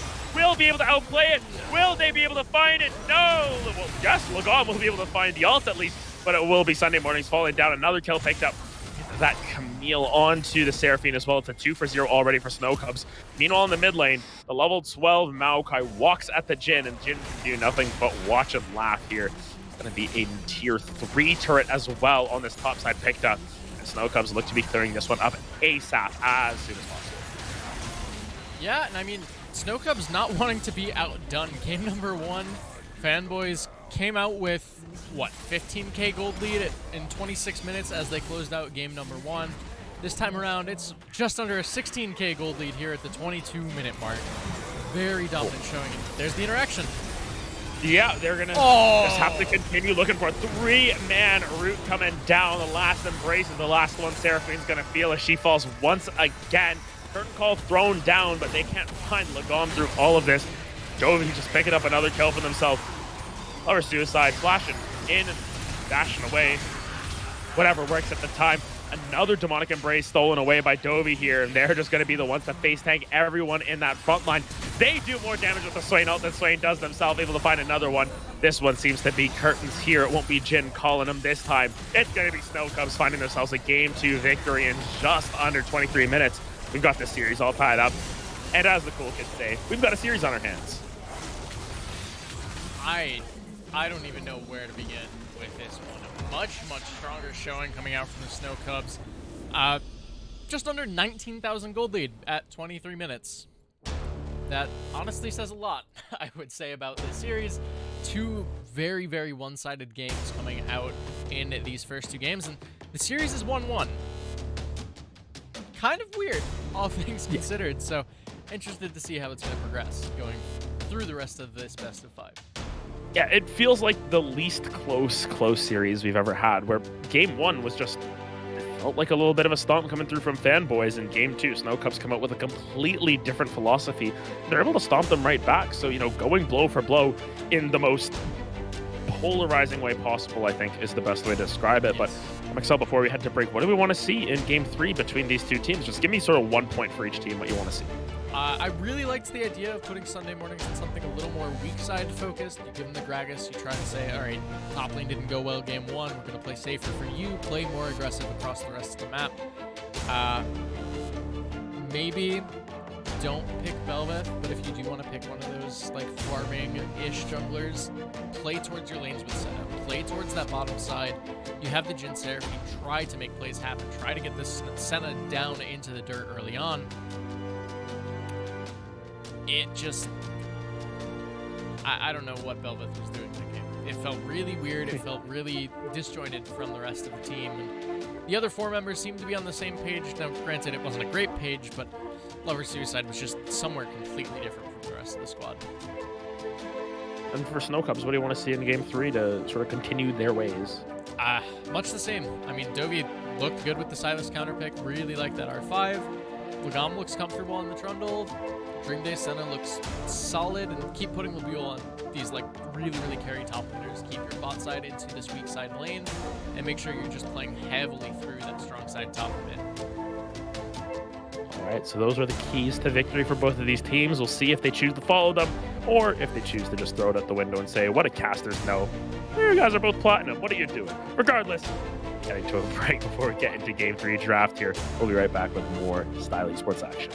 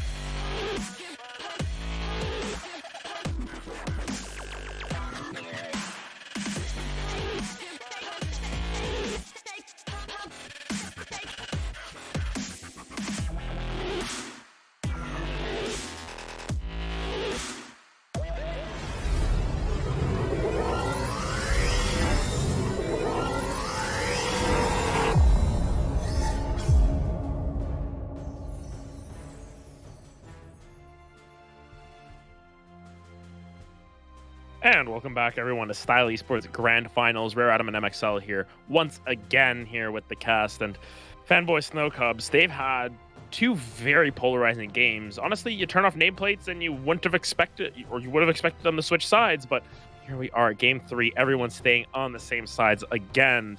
Now we get a little bit of a different draft here. Wukong first pick for Fanboys. On the flip side, Senna going to be the angle once again for Dream Day. Yeah, a little bit of a different showing here coming out from Fanboys. Of course, Seraphine still open. They first picked that in game number 2, opting into the Wukong instead this time around, banning the Trundle. So we'll be taking that Monkey King away in the first pick. Of course, no Zeri available, but Senna Kench, like you mentioned in game number 1, might just be the 1-2, or sorry, game 2 rather. It might just be the 1-2 for Snow Cubs. They take it here, so a very strong lane in that bottom side picked up early on for this red side composition. Yeah, very curious to see how the Senna Kench acts in relation to what we saw from the Senna Maokai, because it was good. The Senna Maokai was pretty damn good. Yeah, I mean, it looked solid. I did want to mention there are two champions that do really ridiculously well in the Tahm Kench. Pyke and Blitzcrank, and I'm really excited to see Blitzcrank coming through here for Nelson. A much different look, 2 games on Seraphine so far in the series, but a much needed look, I would say. It gives you some of that early aggression, it gives you some of that snowball potential, some of that pick potential, and especially into Kench, the ultimate to negate the shield that comes through. The rocket grab that can come through. You land that onto a Kench who's devoured somebody, you get 2 for the price of 1. There are so many fun interactions that can come through with this champion in this matchup, so very excited to see this. And pairing with the Jinx, if you get this champion off the ground, we saw it through all of the early season of Season 12. This champion is ridiculous when she gets ahead. Yes, this is true. I think the main thing to keep in mind with Senna Kench is, with the Kench changes, with the Devour now being on the ultimate as opposed to the dive and all of that sort of stuff, Blitzcrank got better into Tahm Kench with those changes because of the shield that happens when you spit out your ally. And, you know, Senna gives a pretty big shield as well. You just drop a big ol' ult on top of the Senna Kench if they're devoured, if they're not devoured, whatever is the case, and you're really in good shape. Toss on top of that, of course, the Wukong and the Jinx, who are going to be dealing lots of damage in the team fight in the right situations, but still looking for mid laners at least, and at least one jungler here, probably for the side of Snow Cubs here. Curious to see what ends up coming through, because thus far we've seen 2 very different looks, and the Bel'Veth from Fanboys last game, not it. Just not it. Yeah, it's not appearing on the ban list for a very good reason, I would say. Wasn't the greatest, but Ahri and Sylas going to be banned away. Not too surprised by these. Granted, these ults not the best for Sylas in my opinion. I think Jinx Rocket being one of the better ones here. Should say a lot. So, more scared of how potent Dobby was in the lane phase. Nocturne, the hover, does decently well into something like an immobile 80 carry. Jinx, you know, being one of those. We'll see if this is going to be the lock-in. Looks to be the case. Going to pivot off to the Diana, still the same deal. And Adam, I know you're an avid Diana player. Have you been trying out some of this Nashor Sunfire Diana? This thing is ridiculous. I don't like the fact that it's a build, but it is good. And I was talking with coach of Supernova Zoo over the weekend, actually, and he was mentioning that Sunfire is actually not even the best choice. It's Frostfire, because you get that extra agency with the you're just able to get all the slows on the auto attack. I've seen Turbo Chem Tank as an option as well, because you're able to charge it up with your dashes and all of that as well. Not as much as before, but it is a build that sort of resurfaced a little bit, and I'm curious to see if that's what we end up getting, because Diana's still going to do a boatload of damage and you're still going to be tanky. Enough of me being the color caster here. Olaf is picked up. Could be flex, you know, top mid or top jungle specifically. You have some agency with that Wukong, but Veigar in the mid lane as the sort of blind pick. This is an incredible pick into Diana and Camille, where you can't dash through the cage. Yeah, and it even does fairly alright into the Kench, all things considered, but this is a pairing that has seen so much presence in this season. Ever since Diana kind of made her way back into the scene, Diana Yasuo, we all know it, we all hate it. a super strong pairing. You get that Moonfall into that last breath. It is guaranteed to hit like 3, 4, maybe even 5 people with that double ultimate. If you get that Yasuo R, that Diana R is going to stick as well. So much damage that comes through from just these two champions. Yeah, I think that Yasuo Diana is one of those combos that you have to be very cognizant of all times. It feels like you can't ever really give up hope on what that Diana Yasuo is going to do. Granted, when you've got a Blitzcrank on your side and there's now a Yasuo shield, a Camille shield, a Diana shield, a Tom Kent shield, a Senna, they all have shields. You know what Blitzcrank loves to play up against? Shield. So gonna be curious to see how this Blitzcrank ends up playing out, because it seems as if Snow Cubs, they sort of drafted themselves into a little bit of a hole here, especially considering you've got a Veigar on the enemy team that stops all these dashes. All right, in other news, one of the players forgot to make the lobby tournament draft, so a little bit of a delay getting into game number 3 here. Yeah, blind pick was selection, so it was kind of fun. You know what? It happens because it's default, right? And sometimes, you just expect the same settings to say. Yeah, that whole deal. But it has definitely happened to me in previous style seasons as well. And sometimes you forget and then you hop in and you're like, oh. And then sometimes like, no, it's fine. We can just keep doing it. And it's like, no, you can't, because you can't pause the game. What happens if someone DCs? Yeah. All that jazz. But regardless, I guess we could just talk about draft here really quickly while they make that once again. Yep. Who do you think won draft here? All right, we're gonna do it again. We're gonna just jinx the game. But Snow Cubs, again, ease of execution, right? You have Diana Yasuo, you have this Senna, you have Camille as well, you have Kench to keep Senna alive. Like, this game feels so hard for Fanboys to realistically get anything done. The Wukong can dive in, sure. Maybe try to burst out Senna. Not really gonna happen. Not through Kench.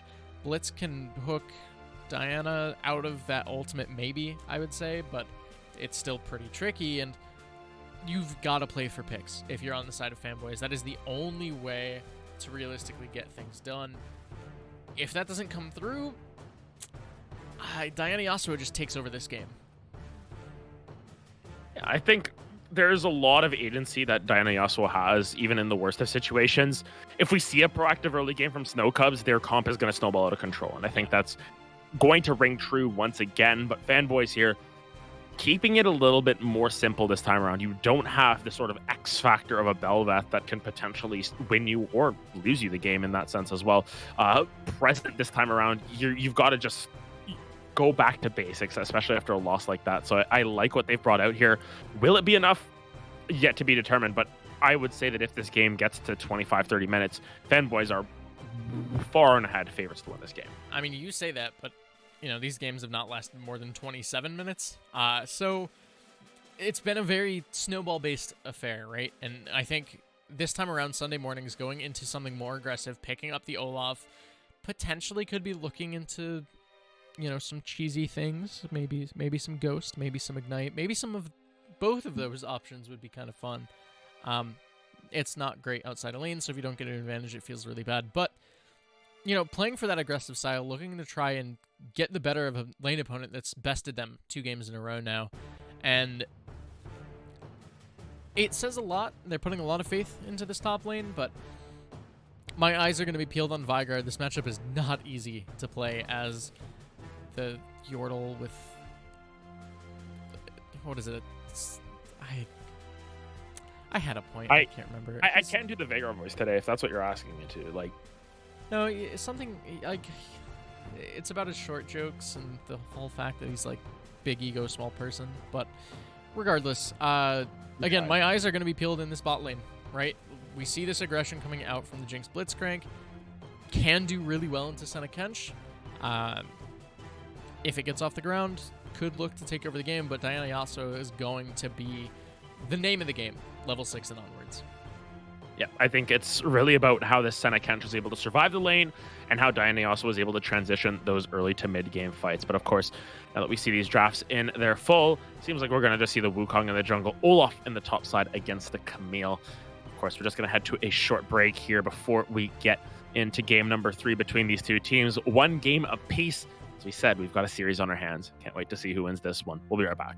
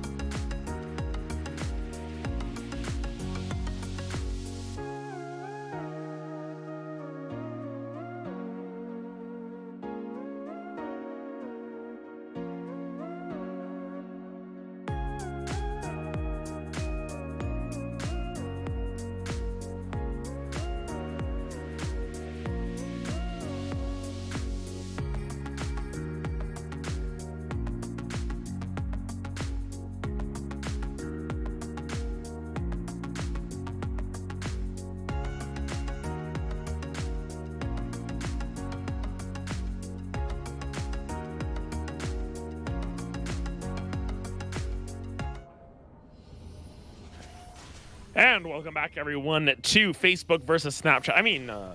Fanboys versus Snow Cubs here on the Rift. Game 3 of our Style Esports Grand Finals here. My name is RareAdam. Alongside me is MxL, otherwise known as Massive and Large.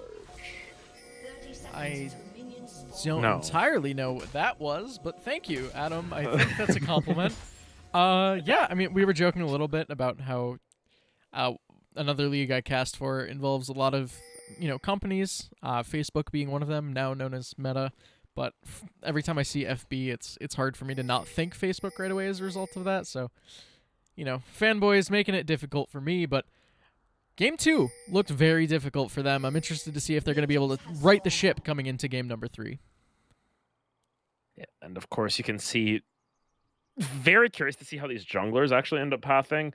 Seems like both of them are going to start on that top side of the map. Of note, Lagom in game 1 started top side, invaded the enemy top side. Didn't really get much out of it in terms of extra pressure, but here it's going to be a little bit of an invade from Lover Suicide. Going to try and steal away this red buff. Labule and Lagom are going to be able to spot this out here. And now we've got a little bit of a level 1 play. Not going to be the best case for the Diana. Has already burned the smite. Will be forced to flash over that wall too, but Lover Suicide gonna just get that red buff for free. That's already the smite used, so Lagom gonna be well on the back foot at this one. Great invade from the side of Fanboys. Oh, Lagom getting engaged on again, just trying to maybe find something on the way out, but it's just gonna be really struggling. They're level 1, half HP, not the best of situations to be taking a camp. Yeah, and this is really, really intelligent coming through from Fanboys. Kind of reading the situation, knowing how this is going to play out, looking for that late invade in the top side, knowing they have that 2v2 potential. It's Olaf. Olaf is one of the strongest level 1 champions in the game. You have Wukong as well with that Nimbus Strike that just gives him so much attack speed, so much damage on top of it. Now, Lagom can't even take a camp. Zero CS just had the reset after trying to take blue.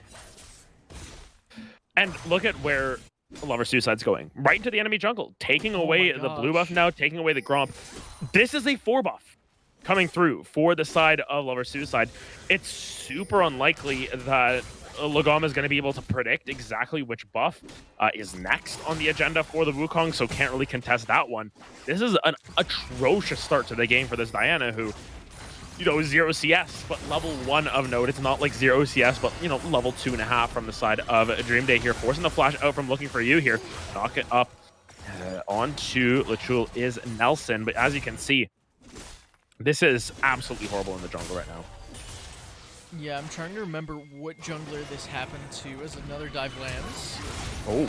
Yeah, Looking For You going to be ignited as well. Dream Day just going to try and go aggressive onto Nelson. Flash pull back into the tower. Great flash from Lachul as well, but still just more souls being collected by the Senna. We didn't even get really a soul check last game as actually top side. It's a 3-man top here as Lagom. Not even going to get the assist though on the play top side. It will be first blood though, picked up by Labule, who this time around didn't opt for the first strike. Bot side though, Lover Suicide going aggressive in onto Dream Day and Lachul. They're going to try and find something. Will be potentially able to get out. Great route and a great sidestep coming through from Dream Day, although all of those summoners are expended into the ether here. Lover Suicide with a really good pressure. Yeah, I was going to mention, I don't remember what jungler this happened to in, I want to say collegiate, or maybe just, high-level amateur, but definitely was a game that I remember of just one jungler not getting a camp till about 4 minutes, and this game feels very reminiscent of that. I want to say it was a Nidalee that this happened to, so a little harder. It was TSM. 100% it was TSM. No, it wasn't pro. I know that much. No, I think I'm remembering this where like Spica just wasn't able to get a camp. No, it was like I was scouting this game for clarity back in 2018, so it was a while ago. But regardless, not the best start for Lagom, but does try to get something done, and the top side gets a little bit of XP from that kill on to Sunday mornings. And this is the concern with running this flashless Olaf in the top lane. Super susceptible to ganks, especially early on. Got punished for it pretty heavily. So while Lover Suicide had that early invade that went really, really well, they got themselves off the ground, started looking across the map. Top lane still being exploited pretty heavily, and intelligently done by Snow Cubs. And I think a big factor behind these early plays now for Snow Cubs is just sort of protecting the the pitfall that they've got in the jungle right now, because it's a 3-camp lead for Lover Suicide. Has been really able to put the pedal to the metal here and really invading, taking away all those buffs. And buffs are a lot of experience in the early game. Lagom has done a decent job of sort of recuperating their losses to a sense, but it's still loss prevention in a lot of ways. It's just sort of preventing it from getting worse. And Diana's clear, while quite fast, isn't the fastest in the world. Neither is Wukong's, but look, Chul here trying to give that kill over to Dream Day here. It looks like they will be able to get out as they spot Wukong coming through, but maybe should have just been a little bit greedier for themselves and picked up that kill themselves. Oh, it's a game of inches, it feels like, in that bottom lane. Looking for You is getting hit by every single one of these abyssal dives. It's not great, to say the least, but Dream Day, not quite enough damage yet on the Senna, and Lover Suicide might be looking down here once more. Will be spotted out on this control ward, but with Diana pathing topside, would be a free Drake if they figure this one out. I'm just going to push this wave in, as Looking for You had to take a reset, was too low HP, so understandably going to just walk away, try and live to see another day.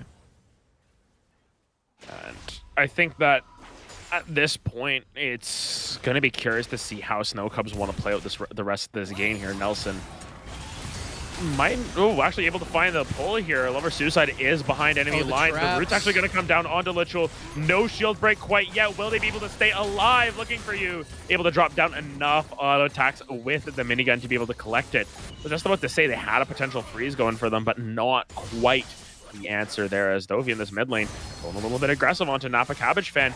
They're going to be anything more. Going to try and hide behind the wind wall there. Oh, the ultimate comes down. Are they going to be able to outplay this one? Lover Suicide's coming through. Dovey knows that they've got to make that play happen. The kill goes over to Lover Suicide, but it's a 1-for-1 and a magical one at that. Yeah, actually fairly intelligently well played by Napa Cabbage Fan as well. You know, waiting out the wind wall before trying to use that ultimate. Dovey trying to kind of predict that ultimate that would have come through, but Primordial Burst does land. It's unfortunately not quite enough damage for this Vigar early on, and pretty big trade. Dovey getting off the ground right now, and while Lagom is substantially far behind right now on the Diana, level 6 should be coming through shortly, and once that hits, you still have that wombo combo potential, and if Yasuo gets off the ground, Diana's damage will start to follow. Yes, I think that Yasuo, Diana, it's sort of like if one of them gets fed, it really enables the other one to get fed, because it's not like Malphite Yasuo, where, you know, Malphite's just going to be a big old dumb tank and just run their face into the enemies, and then Yasuo does all the work. If the Malphite's fed, like, it doesn't really matter, because it's just the Malphite is going to be tanky. If the Yasuo's fed, it means a whole lot more. Like, if you're getting a 4-man Malphite knockup for your 0-8 Yasuo, it doesn't really matter. Whereas with Diana, if you've got the 0-8 Yasuo, but you're 8-0 on the Diana, let's say, you've got a lot of damage. The ultimate's still going to do a big chunk at the end. Granted, with what Lagom is currently building in terms of the path that they've opted for, blasting one into Dagger, very likely early Nashor's Tooth into the tank item afterwards. As we say that, gonna find the Diana ultimate, really not gonna be able to follow up on that. Here comes Dovey, though, with their own knockup. Lover Suicide now gonna be forced to run away. A lot used for Napa Cabbage Fan there. Didn't even flashed earlier, so a little bit of an overstretch there from Lagom, it feels. Yeah, I mean, of note, Dovey walked into the event horizon, so, you know, Moonfall came through, the Yasuo couldn't follow. He was stunned, so a little unfortunate there. It does happen from time to time, of course, but not how you wanted to see that play out for the Snow Cubs. Maybe be a little more aware of that, but Lagom also burning the flash, trying to force that play. It feels almost desperate when they don't need to be.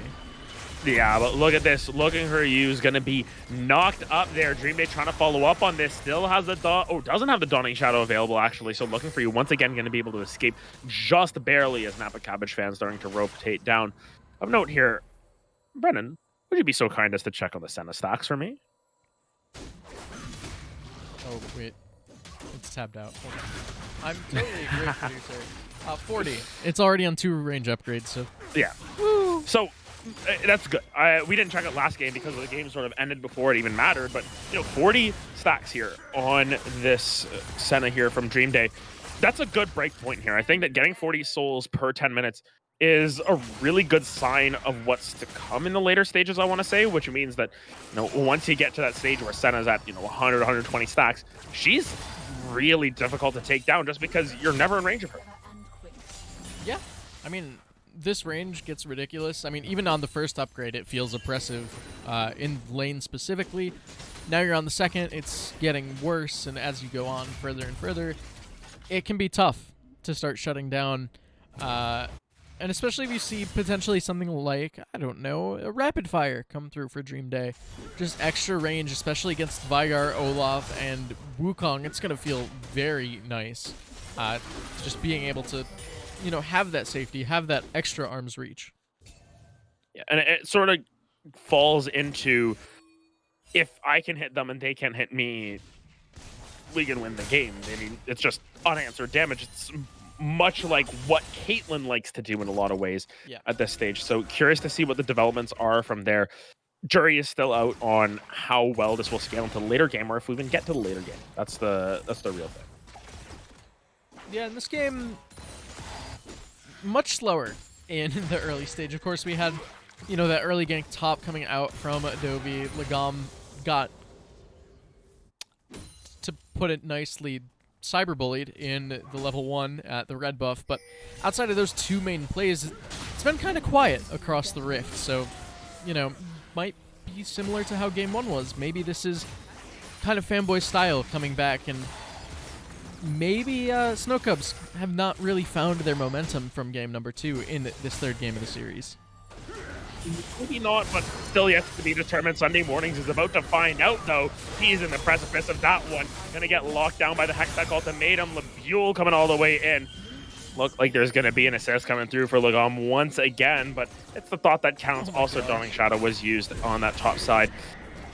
Herald also going to be popped, so lots of investment towards this top side of the map. Really curious to see what the answer is, but looks like Wukong just heading up to that top side. Not really any response, as Dobie missed like 3 minions on that roam. It was a fantastic play from this Yasuo, and first tower very likely to go down on this top side as well. Yeah, the full bot side not going to result in too much, but this is the exact game plan we wanted to see in this game, is Lover Suicide. Oh yeah, Lover Suicide actually going to be able to pick that one up alongside the other kill as well. Napa Cabbage Fan able to rotate up in time as Yasuo just sort of caught napping a little bit after the wave was pushed in. Nelson going to keep looking. Lechul not feeling too scared. This Blitzcrank pull hasn't really been followed up with much, and this Jinx really starting to struggle at this point. As we mentioned last game, got to keep an eye on how the melees match up against the 80 carries in terms of their farm. If Lechul has 92 farm and Jinx has 96 farm, something's going wrong in this lane, and that's evident by all these stacks that are getting picked up. Looks like they're going to go for the play onto looking for you as well. Dobie going to be able to pick that one up with a divey play there. Oh, going to be a flash forward coming through. Nelson will be able to collect. No, it will not be able to collect that kill. Dobie able to find the Steel Tempest at the last second. That must have been single-digit health on Dream Day. Does not matter. Will live to see another day. Yeah, I mean, Dobie, game 2 specifically was all over the map. Game 3 much the same, and Legam and Suicide. Well, Legam's not having fun right now. It's a little bit of a rough situation, but looks like they're just sort of dashing around, looking for what they can on this bottom side of the map, but it's still just the developments that have come through from Snow Cubs after a really, I want to say, flat Game 1 performance. They've been able to sort of bring this back. And of note, I'll have someone in Twitch chat correct me if I'm wrong, or any of the admins if they're watching. If Snow Cubs win this series, it is a bracket reset. So for the side of Fanboys, this series, they would like to close out the season on this one, but not necessary, I want to say. Do you think that changes anything in their minds, in your opinion? I mean, we'll see. I think, there's always that potential, but a lot of the times you're just looking to take it regardless of what the situation is. You want that series win. You just want to be able to, have that peace of mind, keep yourself pushing forward. And, Game 2, I think they had a little too much fun with it. Game 3, running more standard hook lands. Hook lands, but it's onto the full health Tom Kench, and while you can pull the Tom Kench as sort of your maybe win condition, he's not eating anyone. Doesn't really matter as much as just like pulling a Malphite or something like that. I use Malphite as just your stereotypical tank at that point, but really not much to capitalize on at that point. So see what develops from there. But yeah, just this bot lane, it's been Jinx just struggling to get time to farm. Realistically, the Tom Kench having, you know, what equates to about 6 CS a minute isn't bad. The Jinx having that same farm, though, that's a little bit worrisome as the time goes on. Yeah, and part of that comes from just the insane poke that Dream Day and Lechul have been able to put down. Lovers is here. That Lover's going to be looking for something. Beautiful. We'll get rooted up. Pull actually goes on to the Senna, but once again, you can eat them out of the pull as well. Ends up saving Dream Day, but that's an ultimate used by Lechul. Yeah, I was going to mention this as well. I actually would have liked to see the fleet footwork come out from Looking For You with all of the poke that comes through in this lane. It's a really, really hard lane for Jinx. Like, surprisingly difficult. And, you know, opting into the lethal tempo, kind of saying we're either 2v2 killing them or they're not going to do anything to me in lane, so this will be better as the game goes late. It's cost a lot of CS, realistically. A lot of pressure, a lot of resets that have come through from this Jinx as a result, and not quite what you want to see coming out from your AD carry here in game number 3. Specifically not sort of your star carry in a lot of ways. There's a lot of weight to be put on Looking For You here. As we mentioned, one of the higher ranked players alongside Lover Suicide on this team. You're really looking For You to be sort of that stalwart on the bottom side, and thus far just not really coming through in the way that we expected it. It's been a little bit of I want to say a flat start. Yeah, I mean, game 1 looked good, and this time around, at least has the Kraken Slayer now, so we'll be able to start doing damage to this Tom Kench. Will also help against the Camille later on, but Camille's going to hit like a truck. You're still in a mobile AD carry. Exhaust is only going to do so much.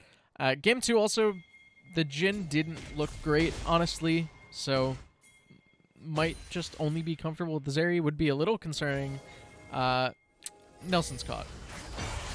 Yeah, Nelson's caught out here. Just going to get the Moonfall already burned, but it burns the teleport. Pull going to come down onto Lechul once again into the event horizon.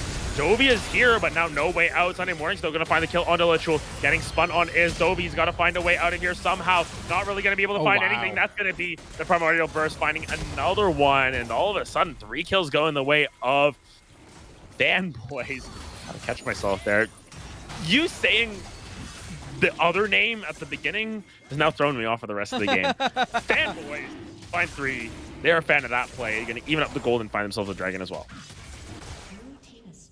Sorry, I didn't mean to make you twist your words there, but Leviul also just still split pushing. Flash hook not going to land there, but this tower should end up falling. Lovers is here. Yeah, Lovers is going to go aggressive onto Dream Day here. The dash at the last second, good buffer, but here comes the teleport in now from this Camille. Will Leviul be able to find anything? Lover Suicide actually might have been the one to overreach as well. Looking over the wall. Oh, just missing out on a little bit of damage. It's going to be the flash forward from Dream Day to be able to find that one as well. Camille now going to be eaten up to try and get spit out over the wall, but Lechul walks into the wall. It's a 2 for 0 here, picked up by Snow Cubs, and it's a good turnaround at the end of it to be able to sort of salvage the play. Yeah, a little overeager, I would say, coming out from Lover Suicide on the Wukong. Just, you know, probably pushing a little too far, looking for a fight they probably shouldn't have. Instead of going for that tower, as Dovey lands the Q3 top. Oh my god. Whoa! Sunday Mornings. Olaf. Did you know his W is a shield and auto attack reset? Goodness, we're transcending leagues at this point with the memes, but yes, Snow Cub's going to be able to answer with the turret on the bot side. But yeah, that's a lot of damage coming through from that Olaf. Of note, fully completed Trinity Force, not going for the Stride Breaker, not going Gore Drinker, going as much damage as possible. And honestly, Sunday Mornings has been sort of slowly but surely, very quietly building themselves up quite a lead on the top side. Yeah, I mean, it started rough, right? I think Sunday Morning starting out 0-2. Not ideal when you're playing something as lane dominant as the Olaf tends to be, but has kind of turned it around. And this is realistically the first game where I think Sunday Mornings has looked solid in the mid game. Of course, Fanboys also securing themselves the first 2 Drakes for the first time this series. Both games 1 and 2, those went over to Snow Cubs, but Looking For You is super low here.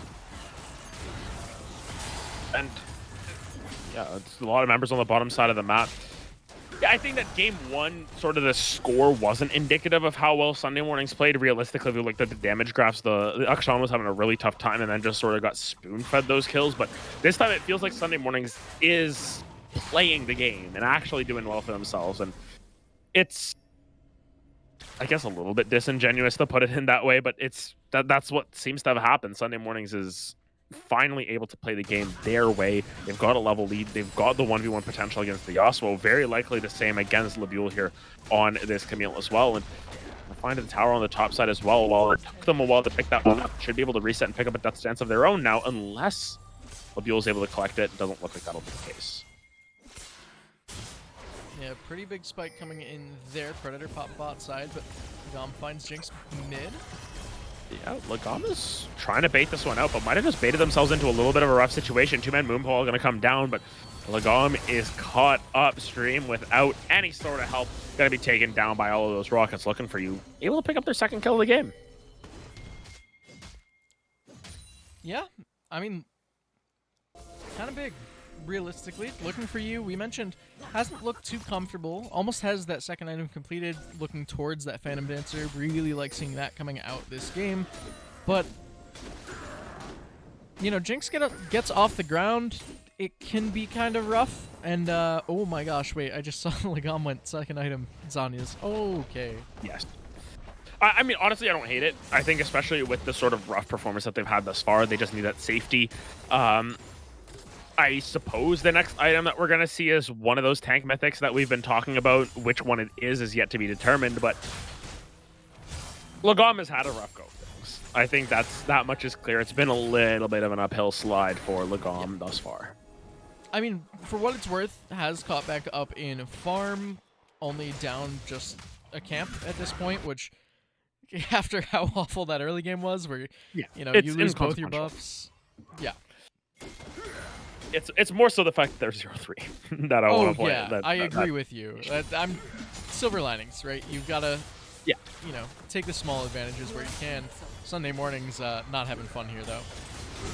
Yeah, you can see Sunday Mornings now actually taking the worst of that trade with Labule. Going to try and salvage that one, but a big kick to the face is going to mean a shutdown picked up by Labule. And back to the playbook they go. This could just be a Baron picked up for them, clearing out the vision around it, but there's a 3-member squad coming up into the bush. They might be able to set up for a little bit of a Doom play. Yeah, Toggle the vision. The Scryers was popped. They know that the Baron hasn't been started. The little particles are still on the Baron. They still have the vision of that neutral. Drake just spawning now. And their Baron damage is awful. Like, it is genuinely atrocious. Okay, they have Camille.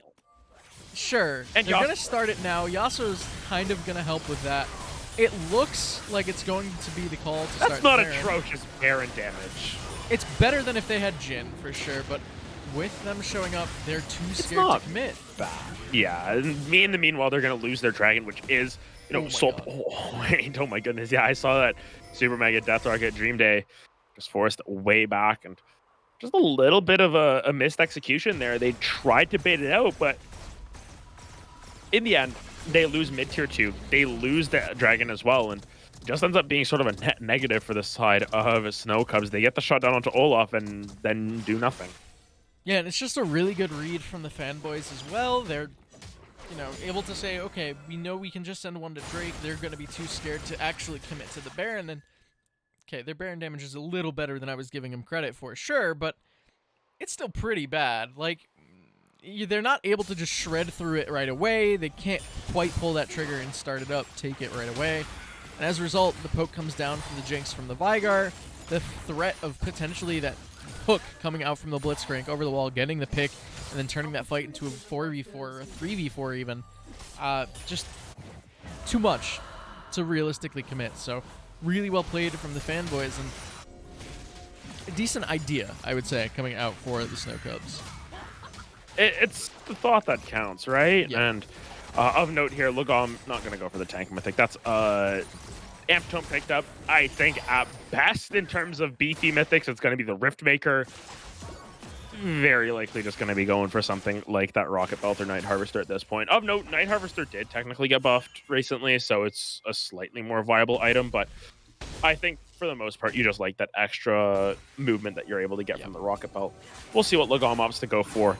Me personally, I go for Strike Diana, so you know you're what type psycho. of Diana.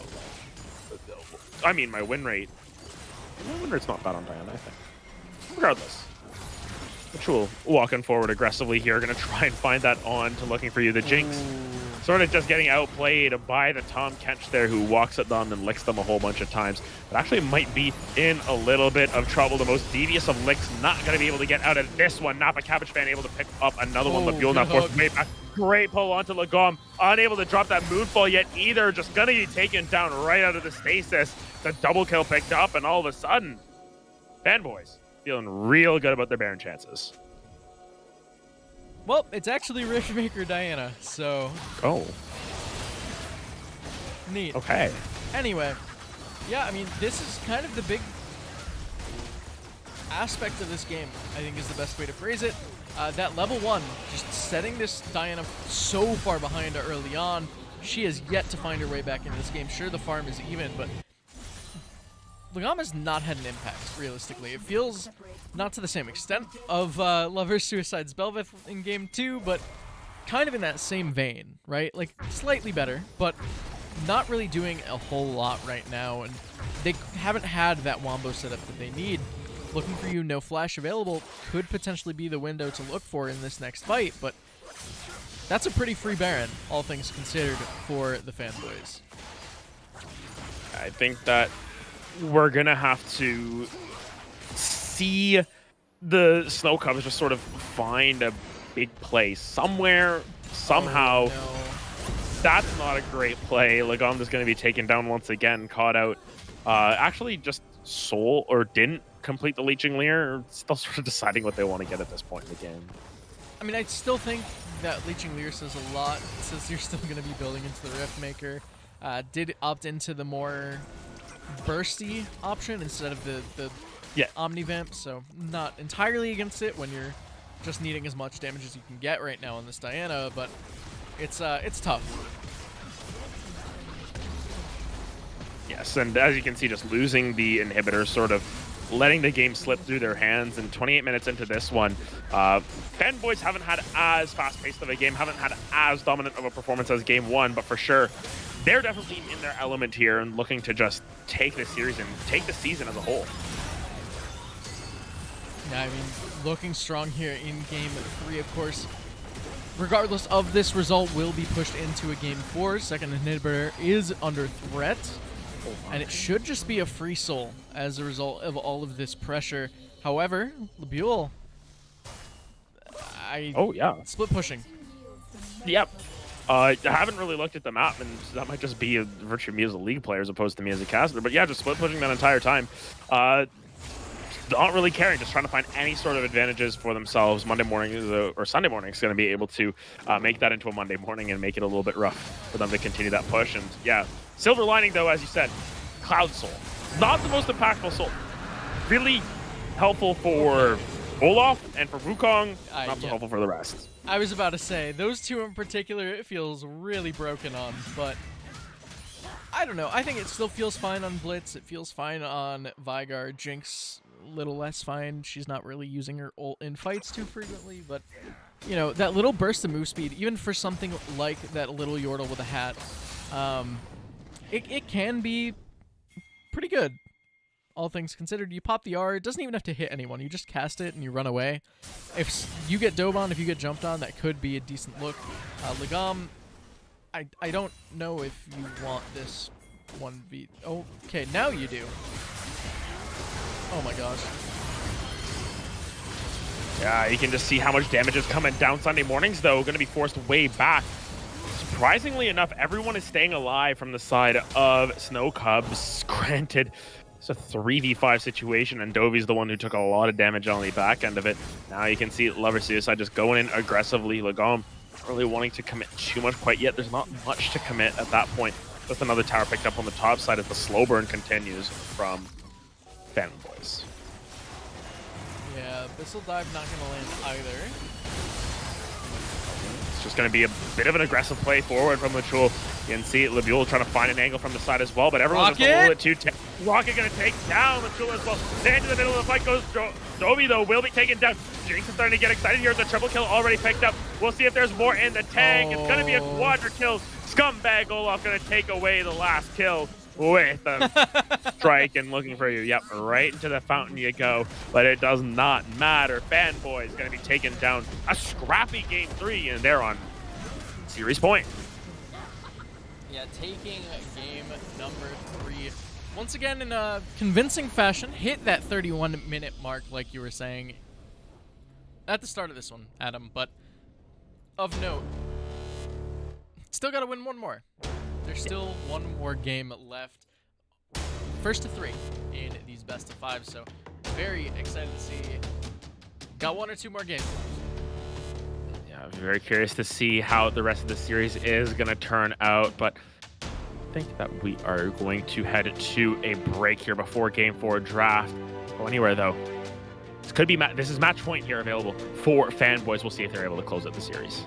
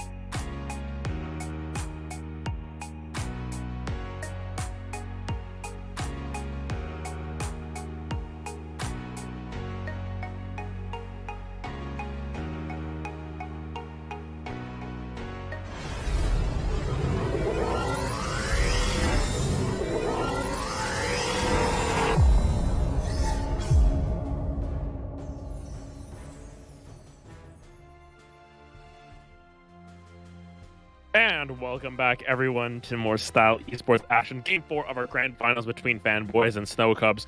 Both of these teams don't want to lose. Both of these teams also don't want to change sides, as we've got our 4th game in a row teams on the same sides, but RareAdam alongside MxL. And interesting, I kind of want to point this out at this point, that these teams haven't changed sides. What do you make of that decision, not only from Fanboys, but also from Snow Cubs? I mean, it signals a lot of comfort, right? Like, Fanboys have had some really strong first picks. They picked the Zeri in Game 1, Seraphine Game 2, Wukong here in Game 4, similar to how they drafted it in Game 3.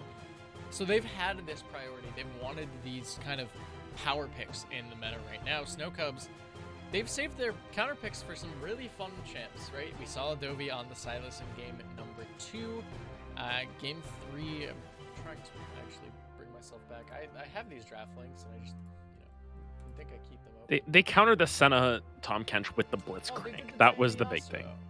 That was the big thing for Snow Cubs, yeah. Right? Like, they put the Yasuo into the R5. Like, they've had some fancy picks come through. They're opting into the Senna now for the 3rd game straight, and looked good in Game number 2.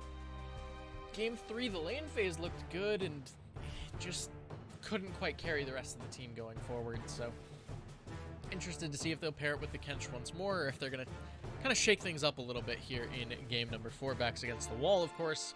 If they lose, it's over. Fanboys win the series. Yeah, and I think that, as we mentioned, there's the option of a bracket reset with Snow Cubs, not so much so with Fanboys. So Fanboys, they want to, if they win, they win. They're done. The season's done. We move on to Season 12. Thank you. Good night, everyone. If Snow Cubs win this game and win the series, we get a little bit more interesting. We get Snow Cubs, resetting the bracket and getting the run back. But Fanboys already getting a lot of the power picks out of the way. That's a Seraphine now picked up. The Blitzcrank's still available, this time opting for something a little bit different. Maybe just saying, we're not so confident in that Blitzcrank. We don't think it really did that much. Honestly, I wouldn't even hate going into something like a Seraphine Lux or a Seraphine Soraka. I know these things are kind of sacrilegious for bot lane. Seraphine Karma, yeah, you mentioned that. That pairing is disgusting still, but, one of these double enchanter bot lanes would be fun. Actually, we're going to throw that out the window. Ziggs in This'll be a blast.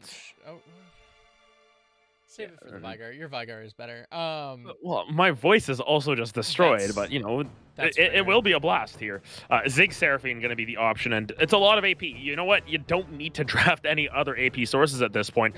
Of course, Seraphine can go mid lane. Ziggs can go mid lane. There's options still to move around the map, but Snow Cubs, I think I'm getting a little bit of deja vu here because, yeah, that's very similar to what they've drafted the last couple of games. Yeah, and I feel like they're going to have to just ban the Olaf here if they want to go for that Diana once more. The Wukong Olaf at level 1 just has so much power, so yeah, they're going to just have to ban that one away. I think Labule did well in the lane. It doesn't really matter when your jungler's not able to play the game for the first, 6-7 minutes, and unfortunately, Lagam was not able to get back into it at any point in that game, so might see potentially a run back on that Diana Yasuo. Might just be saying, hey, we don't think that the comp was the problem. We think, the Olaf just kind of wrecked us, or we think it was an execution issue, right? So some interesting things that can come through. Of course, Fanboys, much the same in terms of the bans. And now Snow Cubs actually looking at the Kiana ban, something that we saw in Game 1 was left open for Games 2 and 3, not picked up, but will be banned away. And Yasuo going to be banned away by the Fanboys.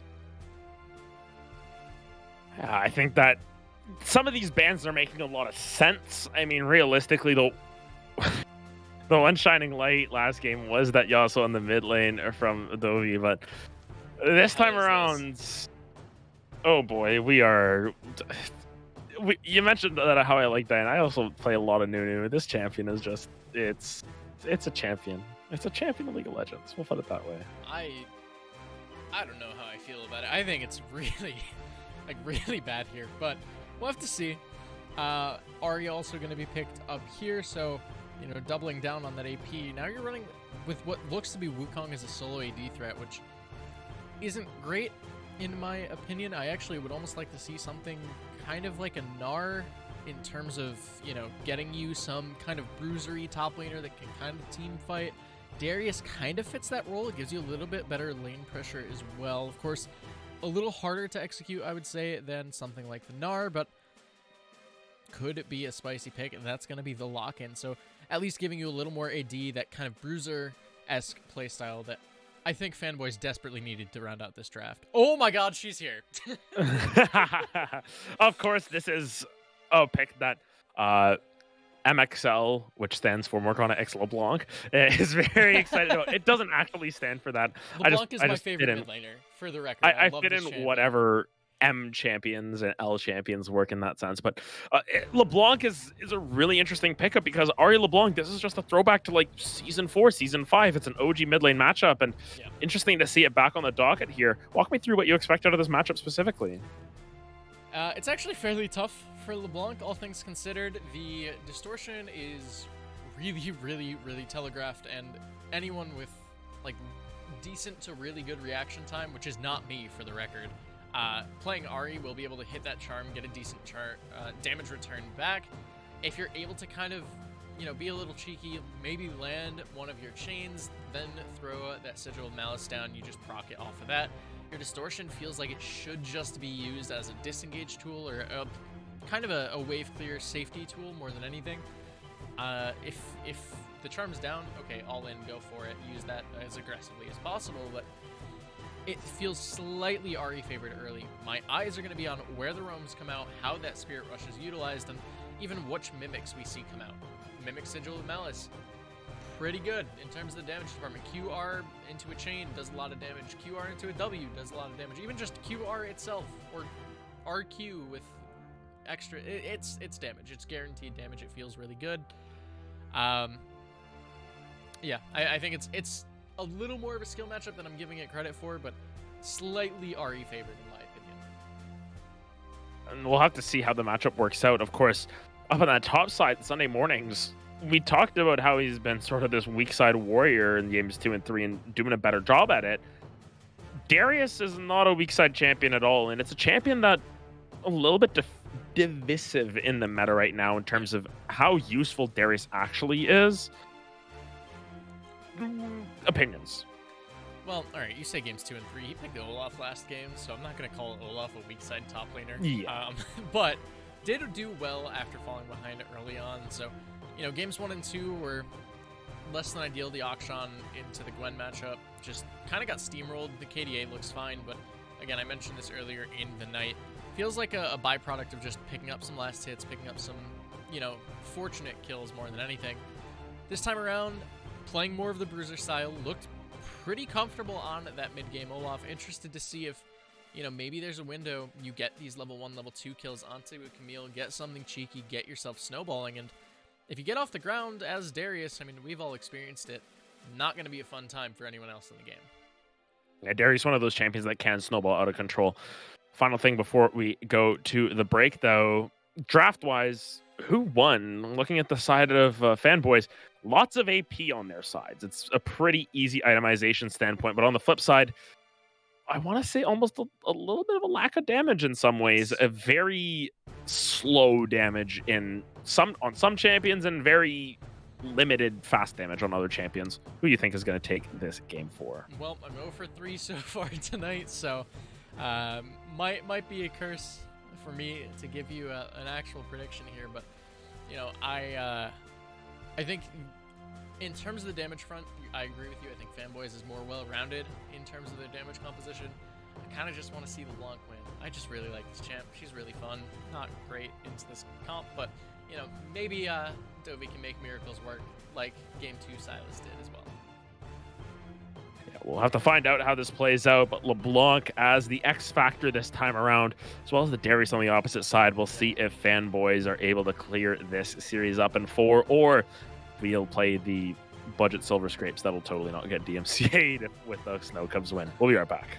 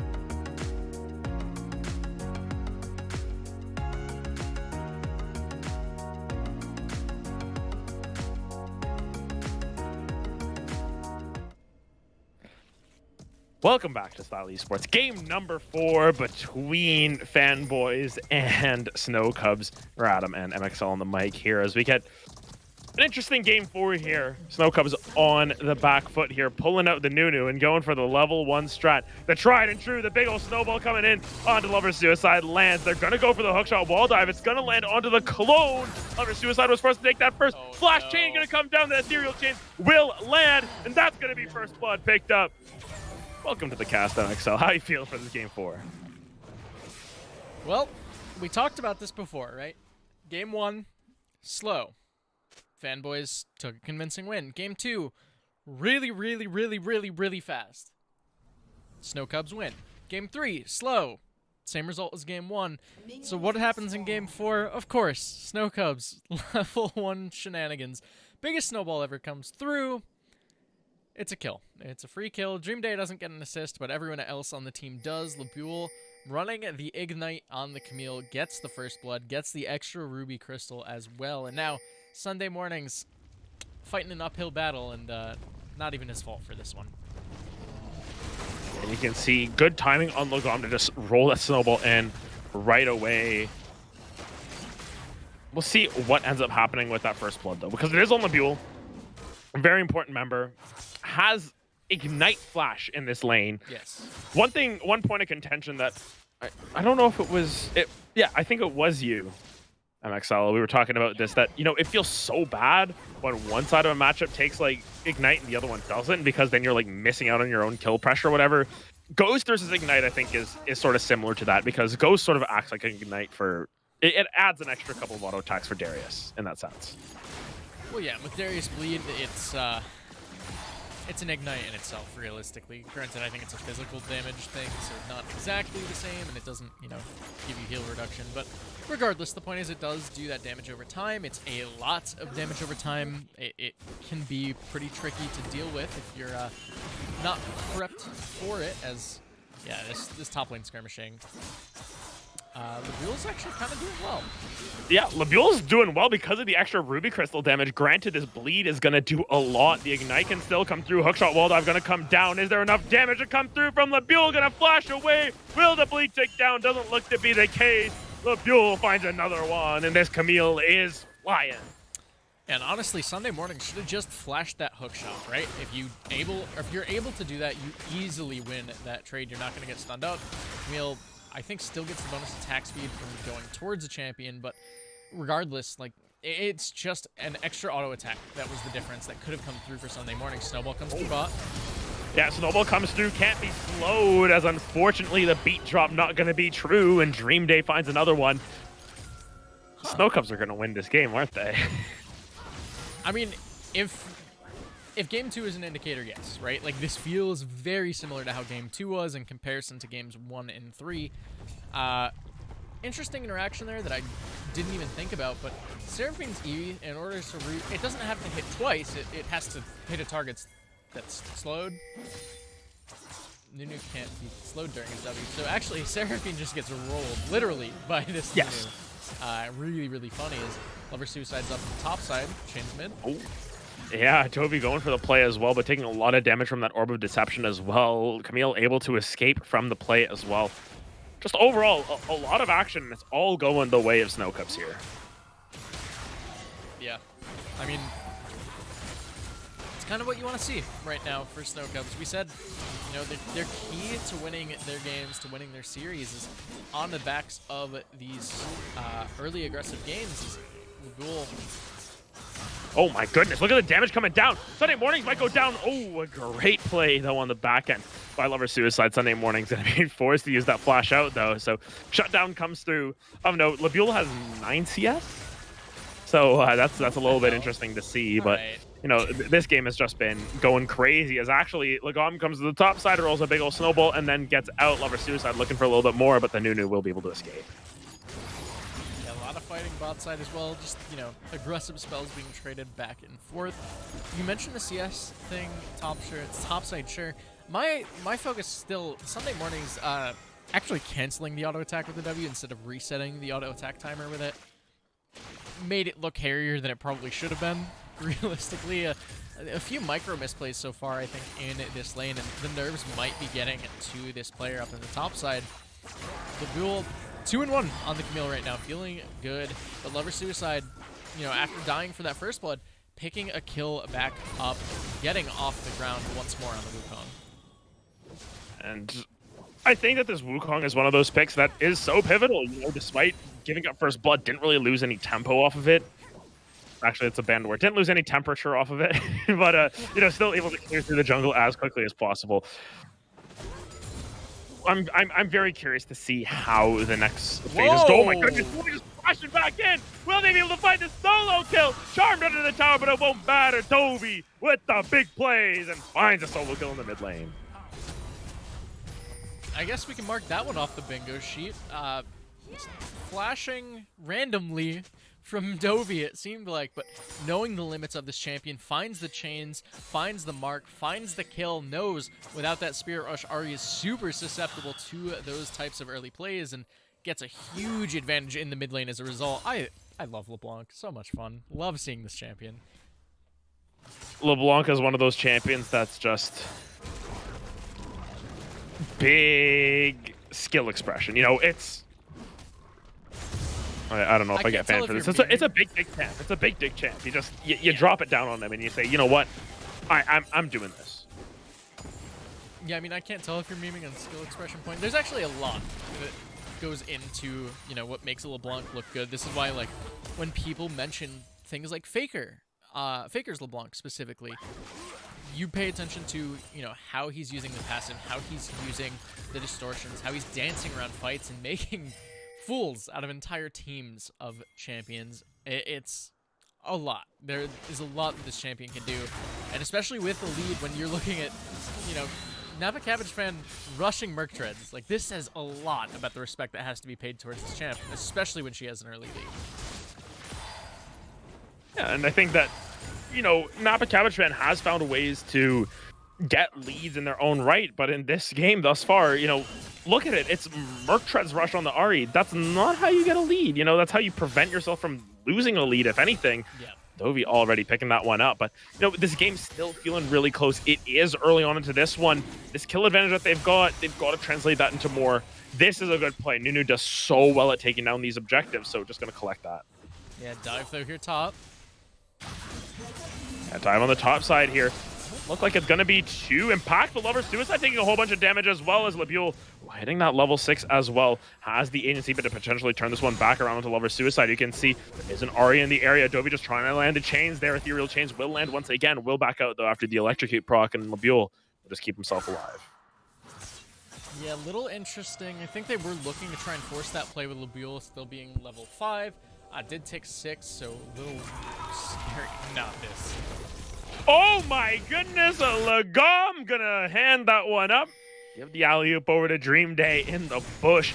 Big absolute 0 there, and there's absolutely 0 that Lover Suicide could really do about that one, though. Labule on the top side gonna try and escape from this one. Still has the flash available, gonna try and flash away. Lagom gonna try and clean that one up as well. The bleed, though, will end up ticking down, and now Lagom has bitten off more than they can chew. Napa Cabbage finds another one, and they're eating well. They've got all of that iron in their system. Cabbage has iron in it. That's my explanation. Should we start talking about nouns and pluralizations of words again? Anyway. No. Shout out to Game 1. Alright. Speaking of transcending different leagues with our internal jokes. Yeah, I mean, a little bit of fight coming out from the Fanboys. I think, you know, game 1... Or, sorry, games 1 and... No, game 2. Oh my gosh, I'm confusing teams right now. Game 2, they seem to kind of roll over and die this time around, you know, making plays, trying to make things happen. Sunday mornings getting a pretty big kill up in the top side, and Napa Cabbage fan getting one as well, getting themselves onto the board finally. And these are two champs that need to get advantages to really kind of make their mark on a game. While it's not necessarily an advantage quite yet, it's definitely a step in the right direction, which is a much-needed thing for any of the Fanboys fans. Yeah, they need to continue to take these steps in that direction, and of course, as time progresses, you know, Fanboys, if they want to close up the series here, they need to try and bring it back, because that's what they did last game. In game 3, they had a little bit of an early game deficit, but they were able to bring it back. And I think that's much akin to what they're doing here. Labule, after those first 2 kills, has sort of cooled off a little bit. It's sort of evened out on that top side of the map. Yeah. Realistically here, in a straight-up 1v1, I would take the Darius almost every single time. Yeah. We'll see if that is the case here. Going to go in with a bunch of auto attacks here. In these shorter trades, it is a little bit... Oh, my goodness. Never mind. There's just a dive behind the tower. Jovi going to find that kill in the Sunday mornings. And it took the under, and it ended up getting paid for it. Ooh, Latrell, though. It's going to end up getting canceled out. Action is non-stop, but it's a big Rift Herald on the top side, and all of a sudden, Snow Cubs is going to be extending their lead even further with a bunch of plates to flash away. Not going to be enough. Latrell, though, will be able to eat up Dream Day there, an Apple Cabbage fan with a charm, but onto the Tom Kench. Incredibly well played from Latrell. Yeah, I mean, we saw this even last game, using that Devour out of the rocket grab even from Nelson. Just really, really clean plays coming out all around. Kench got the buff. He had Smite. Wukong had Smite and gave over the board. You know, sometimes Kench just needs to get more tongue lashes out, and maybe just wants to give it over to Looking For You or something. Maybe it's a buff transfer in disguise. Who knows? All jokes aside, though, still just trying to farm it up for the time being. Jovi, though, just going to use that chain to get out of there. Thus far, the chain usage out of Jovi has really been what set them apart from your usual LeBlanc. Really on point with those. Yeah, I mean, that's one of the more kind of undervalued abilities that she has in her kit. That chain is really, really strong, and a lot of people kind of forget about it, right? It gives you true vision, which especially into the likes of Wukong, really, really good. If you land the first chain, his decoy means basically nothing. You know where the real one's going to be at.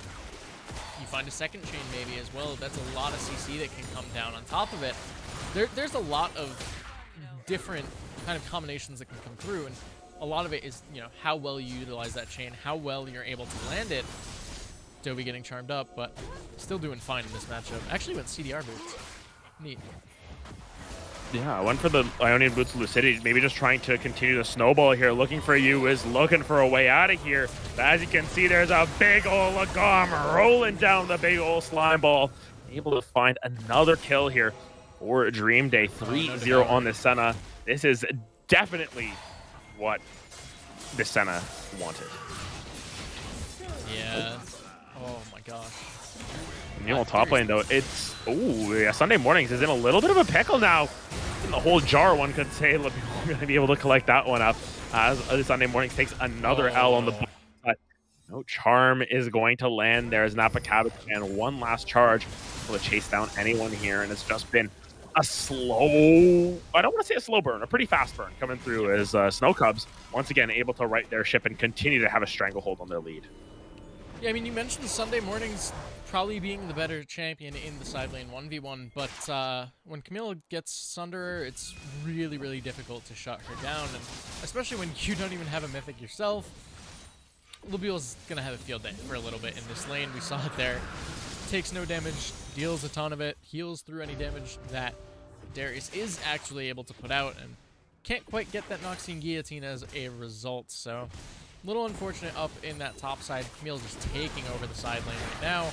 And with both of the other carries being 3-0, it's once again looking pretty similar to game number 2. It's looking similar to game number 2, but there's a couple of really big differences. One of which is just the... Oh my goodness. That. Dovi just doing a whole bunch of damage. Dream Day able to find another one with the Dawning Shadow. His ultimates from the Senna have just been absolutely spectacular. Contributed a full half of their kills thus far this game on long range from bot lane to mid or top lane ults. But of note here, biggest hole that I think FB have put themselves into here is the fact that they've got a whole lot of magic damage. And the champions they've got that do physical damage are a combined 2 and 5, not really doing a whole lot for the team. So in terms of itemization for Lagom, gonna be straightforward, just going into something like a Force of Nature, Merc Treads, that sort of stuff to just prevent this Ziggs, this Seraphine, this Ahri from really having any impact on the game. Yeah, I mean, the magic damage champs are 1 in 5, so, you know, Physical damage champs rejoice. Doing better on that front at least, but, you know, it's still not great. Feels pretty bad regardless, and I agree with you, especially looking at something like Lagama Nunu. Feels like you're just going to be able to take these Merc Treads, build into maybe even a Force of Nature, and then who does damage to you for the rest of this game, right? Like, maybe Darius if he hits 3 items, I would say. It's definitely a weird state for this game to be in, as here comes the snowball again. Satchel. Yeah. Not going to be too much to focus on. I think that for the time being, though, it might just be a little bit of a slow play now from Snow Cubs. Very curious to see what the next steps were, because the game that they won, it was an incredibly quick victory, right? It was a 22, 23-minute victory as Lachul was going to gobble up Lagom just to be safe. It was a very fast win, and I think that they want to keep up this breakneck pace. I just don't think that they can. Yeah, I mean, it's definitely a slower game, right? Like, this game's not ending in the next 7 minutes. There's been 1 tower taken in the first 16, so highly unlikely. But look at this flank from Labule. Rift Herald fight should break out now. We'll see if this will come through. Encore lands onto 1, but it is the Tom Kench. The Tom Kench, though, will go down without using that Grey Health. It's a pretty big absolute 0, but not going to do too much damage as Lagom now trying to get away. Charmed up as they're in the phase rush. Will be able to stay alive with a Chomp, though. It's going to be collected up by the Ziggs here. Labule in a lot of trouble here. Sunday Morning trying to clean that one up, but another kill picked up by the Senna ultimate here. Fight is just on so many fronts. Dovi's trying to get out of this one. Really not able to get out. Gonna try and go back. Will get shut down, and it's a massive fight for Fanboys. It's a 4-for-1. They get the Rift Herald, and all of a sudden, this game is right back to even. Yeah, really scattered fight, realistically. Sunday Morning's chopping off the flank potential coming out from Labule. The rest of the fight going well as Lachul actually gets tagged up by an early Encore, like you mentioned, into that apprehend. Just so much CC, so much basically zone potential that comes through, and it keeps the rest of Snow Cubs out of the fight. It makes it so difficult for them to really commit, and without their kind of beefy frontliner, sure, Lagom, you know, kept Ari out of the fight, popped the phase rush to, you know, do their own thing for a little bit, but Dovi got popped, Dream Day got popped, and it was a really bad fight. They lost the neutral, they lost the objective bounty as well. All of a sudden, the gold is relatively close. It's within 2,000 now at this 18-minute mark, which, you know, after winning game 2, 16, 17,000 ahead at 22 minutes, feels pretty bad. Yeah, and I think that, especially in what I said, the game's back to even. It's more so back to even considering the comps as well, because before this, the Ziggs wasn't really doing any damage. The Ari wasn't really doing much in their own. The Darius was really far behind, but Darius able to find 2 kills. Ziggs finally able to get on the board, and now building towards that Void Staff means that realistically you can build all the MR you want, but it's going to get cut through eventually. You've got to really build up a decent chunk of MR to be able to survive not only the Ziggs, but all the other damage that's going to come through. Goodness, lots of crowd control onto Lachul already, but just so much poke, so much ranged damage coming through from the side of Fanboys. And on the flip side, it's a lot of committal damage. You have to commit for a lot of these plays. LeBlanc needs to distort herself into the entire team to do all the damage that she wants to. Yeah, I mean, that is the majority of LeBlanc's damage, right? It's all packed into that W. It's what you max first. It gives you that wave clear. It gives you that decreased cooldown. It gives you so much potential to kind of play some mind games. So not too surprised that, you know, if you're not able to use that aggressively, the damage isn't quite there, as Sunday Mornings finds the LeBlanc.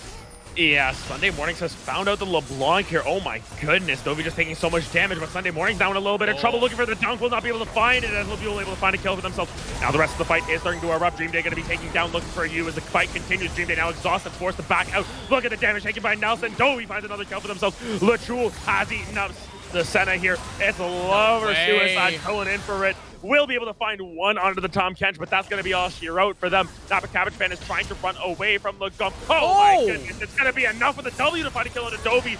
Will end up paying the price with their life. It's a massive fight in return. An ace picked up by the side of Snow Cubs, and they'll be able to collect this dragon as well. Yeah, second Drake of the game for Snow Cubs. And of note, 6-1 and 5 now for Dream Day. 6-3 and 3 for Labule.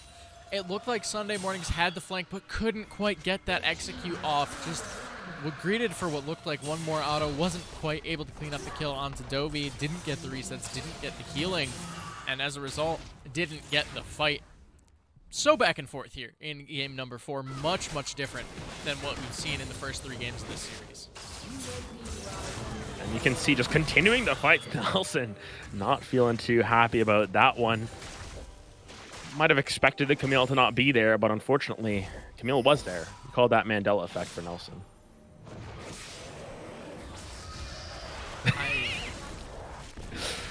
Listen, it's been a while.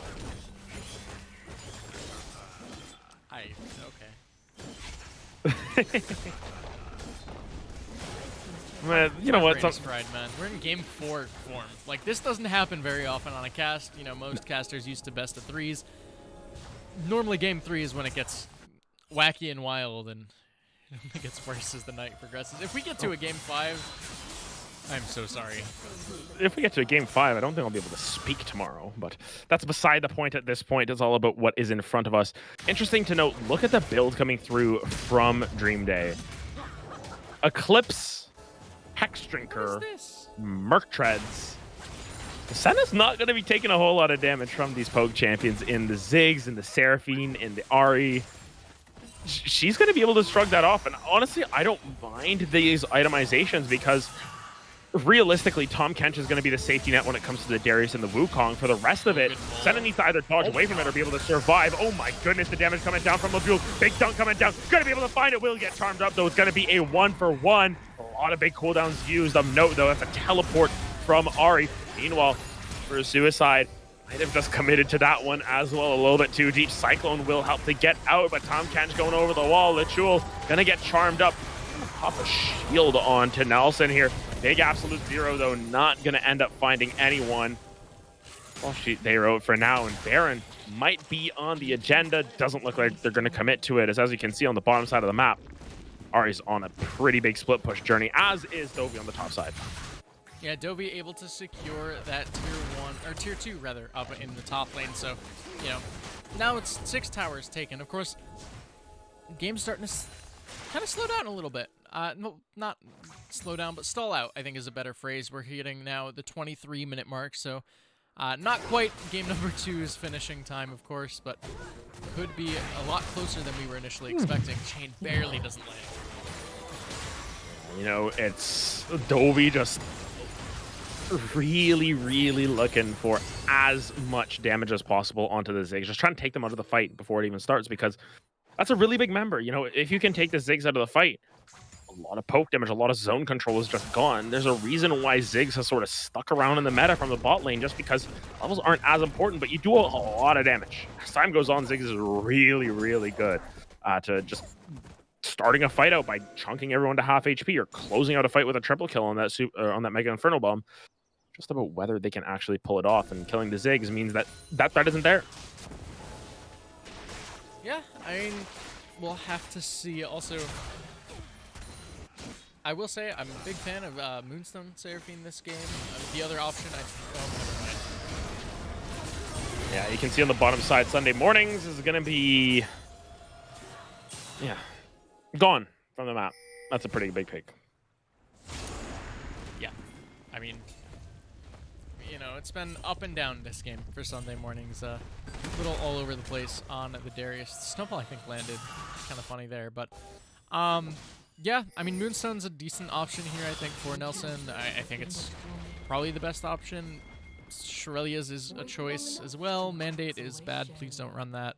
I don't know. I like Moonstone when you're playing with, you know, this Darius, this Wukong, these things that are trying to sit in the fight, trying to just survive through. They both have the death stance now as well, so just trying to be even more of a nuisance for each of these two champs. It just synergizes really well with the rest of the team. Glad to see the pickup here, as 30 seconds until that Ocean Drake spawn, and I think Fanboys definitely want to kind of equalize that. If they're able to get themselves this second Ocean Drake of the game, their second Drake of the game as well, would even the game out a little bit, help them stall this one out further, and they still feel fine as this game goes through. like, this game is starting to stretch out into, at least for this series, the late game. You know, we're at 25 minutes. Wow, I can not read sometimes. 25 minutes into this game, you know, just sort of developing slowly but surely, starting to climb up that hill as Lover Suicide goes in for a little bit of a trade. You can see Labule in that front line trying to tank up as much as possible. Here comes the biggest snowball ever. Lover Suicide all in that front side. It's going to be a one-man charm coming through, but you can see the rest of the damage coming down. Lover Suicide is already moved from play. My goodness, Dream Day flashing forward to do as much damage as possible. It's a pretty big charm coming down, but Lagom is going to find the kill onto Nelson. Sunday Mornings now is going to be looking for. That's one, that's two kills picked up. Labule going to be able to find another one. Lagom is just a little bit too quick, but Sunday Mornings is bad. He's looking for more. Passive has expired, though. Should still have that Noxian guillotine if they so need it. It's going to be another kill picked up, and Sunday Mornings is here to play. He's here to party. Not going to be able to find much more. Actually, might be able to get that apprehend once again, stacking up that passive once again. Is it another dunk? It's 4 kills in the fight for the Darius, and they salvage everything for the side of Fanboys. That should be another dragon for them as well. What? I want whatever Sunday Mornings does. Like, whatever they eat for breakfast, whatever their routine is. What is this? This is, like... This is cracked. I don't understand. These games have been really weird for this player. Game 1 looked really bad. Game 2 looked really bad. Game 3 looked bad and then good. And this game has been all over the place. But getting a effectively quadra kill in that fight, basically carrying this side of the Fanboys through it, and picking up that second Drake of the game for themselves. Oh my lord. Yep. Welcome to Darius, ladies and gentlemen. Darius, just one of those champions that you can never underestimate the power of. Dovey, though, going to land that chain. It's long enough to be able to let go through, and Dovey's still looking for even more here. Doesn't have that ultimate up quite yet, but Lover Suicide going in with the cycle, and that's hitting onto 3 members. 3-man Encore going to follow up as well. There's so much damage coming down the stig. Finally able to find some more here. That's going to be Dream Day going to fall down as well. It's 3 kills picked up on a massive Encore from the Seraphine. Onto Baron they go. And this is the big issue with running the Ignite in the solo lane top side. You end up having this split pusher in the Camille doing what she does, split pushing, but she has no response. There is no window for this champion to get in. Look on that X-Flash. This is going to be hilarious if he gets the steal. We'll see if the steal can come through. There's not a lot of fast damage coming through. They're far too concerned with what Lagom's actually doing. Lover Suicide is going to go over the wall, now making it a true 50-50. But there's no flash available on Lagom as well, except for that Hex Flash. Doesn't seem like they're going to get over the wall. I think they sort of figured out that they can't actually get through, and they're going to be able to... Yeah, they'll finish up the Baron, right? Oh, goodness, lots of damage on the way out, but it is cleared through, and that's going to be 5 members of Fanboys dressed in purple. Yeah, normally your jungler jumping out of the pit to contest the enemy jungler is a bad call in like 98% of situations, but when Lagom has that Hex Flash, making sure this champion stays in combat makes sure that there is no chance of the Nunu jumping over into the pit, trying to get that steal down. You don't find a way to secure an objective against the Nunu. He's got the Consume, he's got the Smite, the combo that he has full control over. Really, really like seeing that play from Lover Suicide. And you factor in, you know, 6 damage. You got that Leandries, making sure that Hex Flash can never be channeled, picking up a really good Baron after a really, really clean fight. It's just about what happens next, at least for these 2 teams. Dragons are even. Everything is starting to even out at this point. There's not a whole lot of flexibility left for the side of Snow Cubs in terms of where they can find their answers, because the last couple of fights have gone all the way of Fanboys. As you can see, though, these smaller skirmishes, not so hot. Dovey's able to find the solo kill into looking for you. Might have just been looking a little bit too far up the lane. And that's the strength of LeBlanc. One person's out of position, you get a free pick. Oh boy, Lover Suicide going in pretty deep here, but might actually be caught out.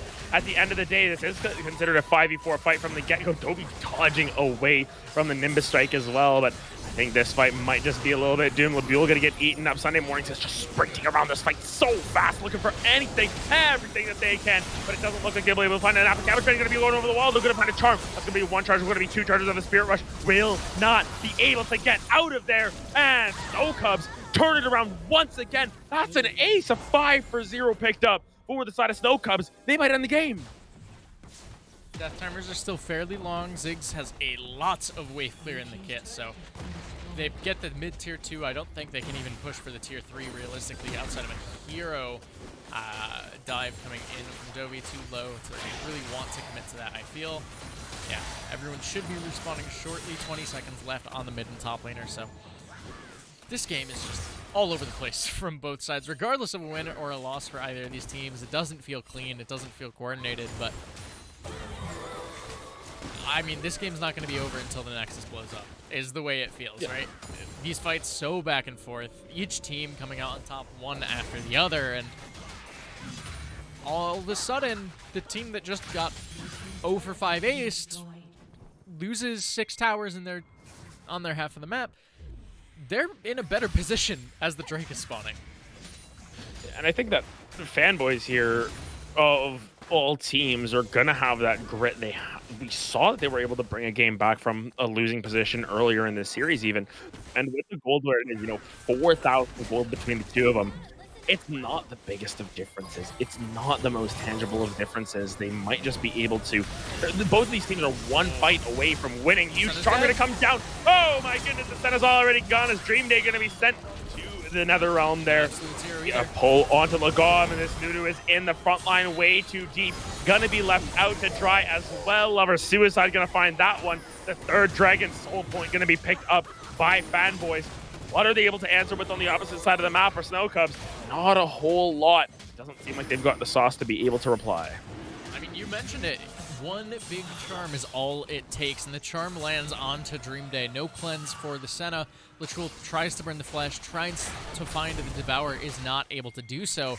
And with the 80 carry dead, with that Summoner burned, there is nothing that the side of the Snow Cubs can do. The Fanboys, lucky 7s for Darius. Generally, not signaling actual luck when you're playing League of Legends, but might be just what they need.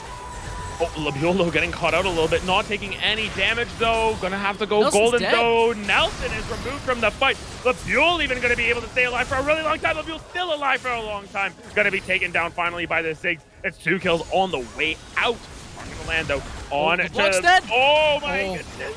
Dovey gonna get eaten up at the last second. Oh, he's gonna get sent back out. Will Leandre's burn be enough? Oh, Napa Cabbage fan gonna be able to dash out of this one. Looking for you, gonna get move on once again. The charm not gonna land, and it's a game of inches every single time. Dovey tempting fate, just barely staying alive. You say tempting, I say twisting fate, realistically. I know it's LeBlanc and not that other champ that nobody should be playing right now, but oh my god. There's tempered fate. Bard has tempered fate. That's true, but there is nothing tempered about Dovey's aggression on this LeBlanc right now. I mean, you mentioned it. Playing balls to the wall, basically, on the LeBlanc. I think this LeBlanc should have died 3 different times there, but, barely living, able to survive with single-digit HP, realistically, and, Litual with a really, really good Devour to keep their mid laner alive there. Preserving that shutdown, preserving this LeBlanc's KDA, and, kind of preserving that fight, realistically. I think that these fights are just so back and forth, and the gold lead matters less and less and less as time goes on. You can see 2,500 gold separating these two teams. Fanboys just perfectly okay to be in the situation that they are. They aren't worried about a thing at this point. But I have to be worried about this. There's Dovey diving way too deep once again. Going to be able to barely stay alive. As now Sunday Morning taking a lot of damage. Big charm going to come down, but it's only onto Labiole. There's so much damage coming down. Sunday Morning to taking down Latrul. Going to be removed from the fight. Lover Suicide finds Dream Day. This might be the game right here. A double kill picked up by the Darius. This Wukong's all the way in the backline looking for more. Dovey is so low after a way too aggressive engage. be able to pick up that mid lane tier 2. You can see still ghosting at him is Sunday Mornings. It's a 4v1 base defense. It's a 4v none base defense right now. Dovi's still not allowed to go back. It's Camille versus the world, the Buell versus the world. And if anyone's going to save the game, it's got to be Camille. And we've seen Buell be a rock for this team. Will they be able to do it again? They can't do anything. There's too much tower damage. The Ziggs, though, tanking up the tower. It's going to be both Nexus towers. Lebuel's able to find one. Lebuel not going to be able to find the second one quite yet. Yoking for you. It is going to drop down the ultimate onto Lebuel. Lebuel's living with a sliver to double kill back. The Nexus is going to fall still, though. Now by Cabbage Man able to find it. And Fanboys are your Season 11 Style Esports champions. Yeah, very, very big showing coming out from the Fanboys. Snowcubs actually made it look really, really close. And, you know, ending with that kill advantage, ending just 400 gold behind a really, really close game number 4. But we mentioned it during game 2, during game 3. The story of these games was Snowcubs leading that early aggression, finding it in games 2 and 4. Game 2, they were able to close it out super hard, super early on. Not so much in game number 4, and as a result, Fanboys are able to take the crown, take game in number 4, and take the 3-1 victory in this final game of the series. Yeah, absolutely spectacular stuff coming through from Fanboys. They just looked like a well-oiled machine from the get-go, and realistically, despite game 2 in a lot of ways, they looked like they had control of most of that series. Even in game 3 when they were behind, they were able to show that they had the grit to come back. Even in this game when they were behind, they had the grit to come back into it. And overall, really strong performance out of Fanboys. And for Snowcubs, some really good looks as well. They're still going home with the second place prize, but oh so close to that. Just that extra little bit to get them over the line. Yeah, I mean, it looked good, realistically. I think game 4, they were in control pretty definitively, and just 1 or 2 really bad fights. Dovey going a little too deep, being a little too eager, a little too over-aggressive. Some good picks. I mean, the Banshee's pickup was smart from Dovey, realistically, but ultimately, it gets popped a little too early there. The Satchel Charge disrupts that LeBlanc getting that distortion back. The Everfrost, the Charm both land from the Cabbage Fan. LeBlanc dies, as do the hopes of the Snowcubs in that final game. So really, really well played from both teams, but Fanboys just looked better over the course of the game. And I think that we're going to get a winner's interview soon, just trying to figure out who we're actually going to pull. MxL, I think we'll toss it to a quick break, and then we'll get that all set up there. It'll just be one moment, and we'll be back with some of the winners.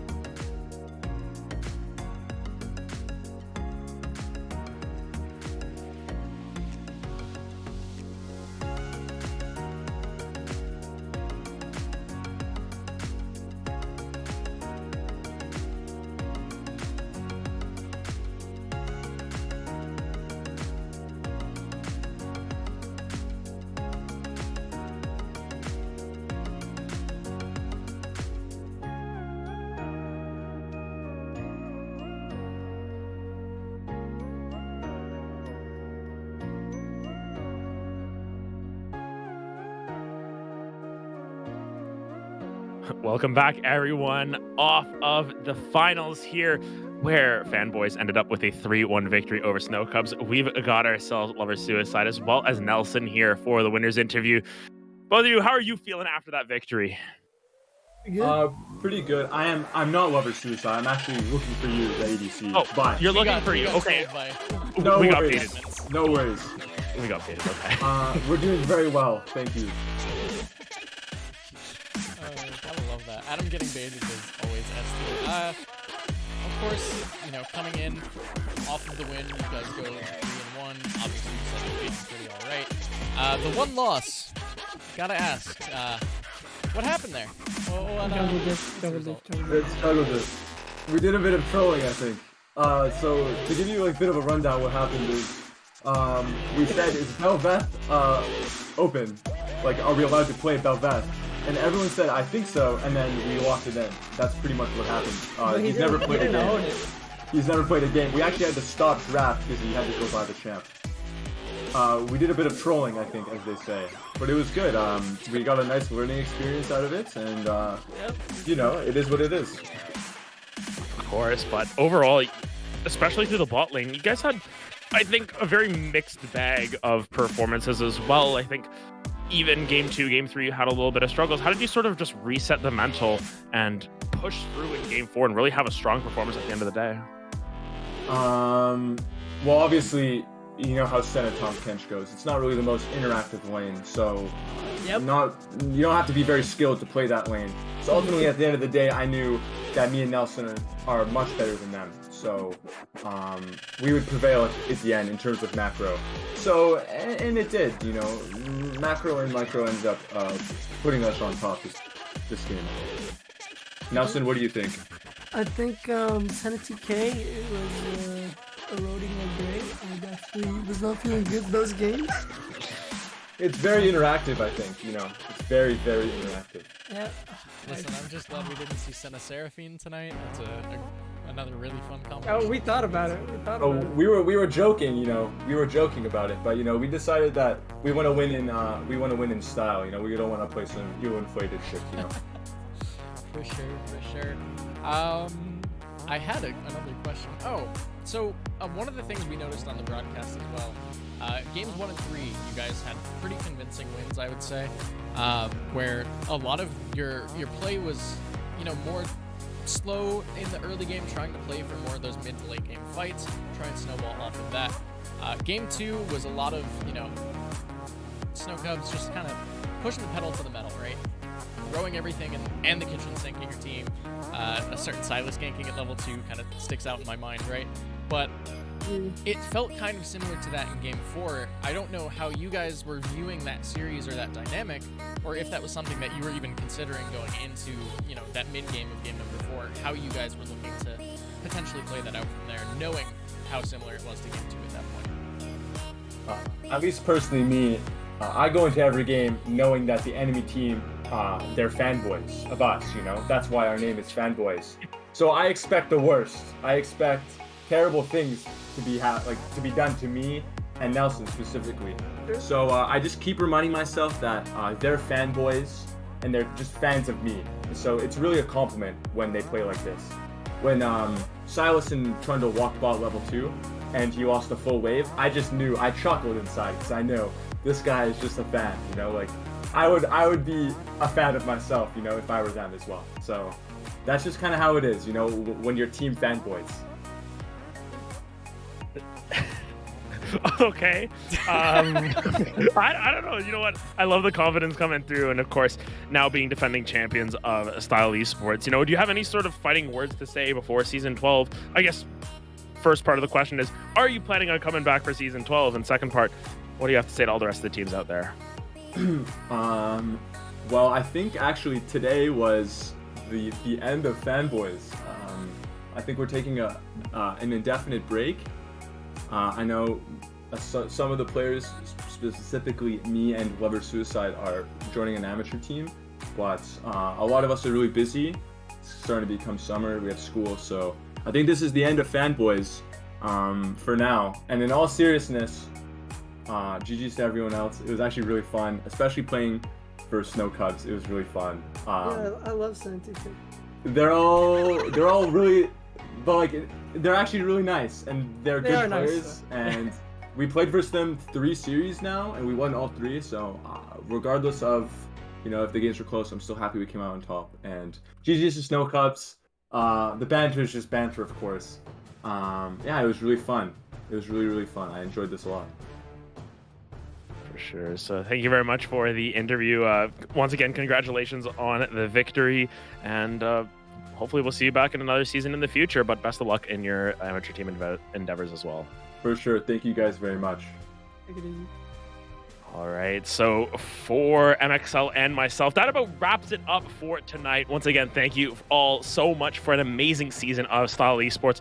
Well, MxL and I popped in for exactly one cast this entire season. We are very fortunate to have had this opportunity. We look forward to potentially bringing you more come season 12. Of course, any sort of announcements here will be posted in the Discord. Anything I can think about off the top of the head.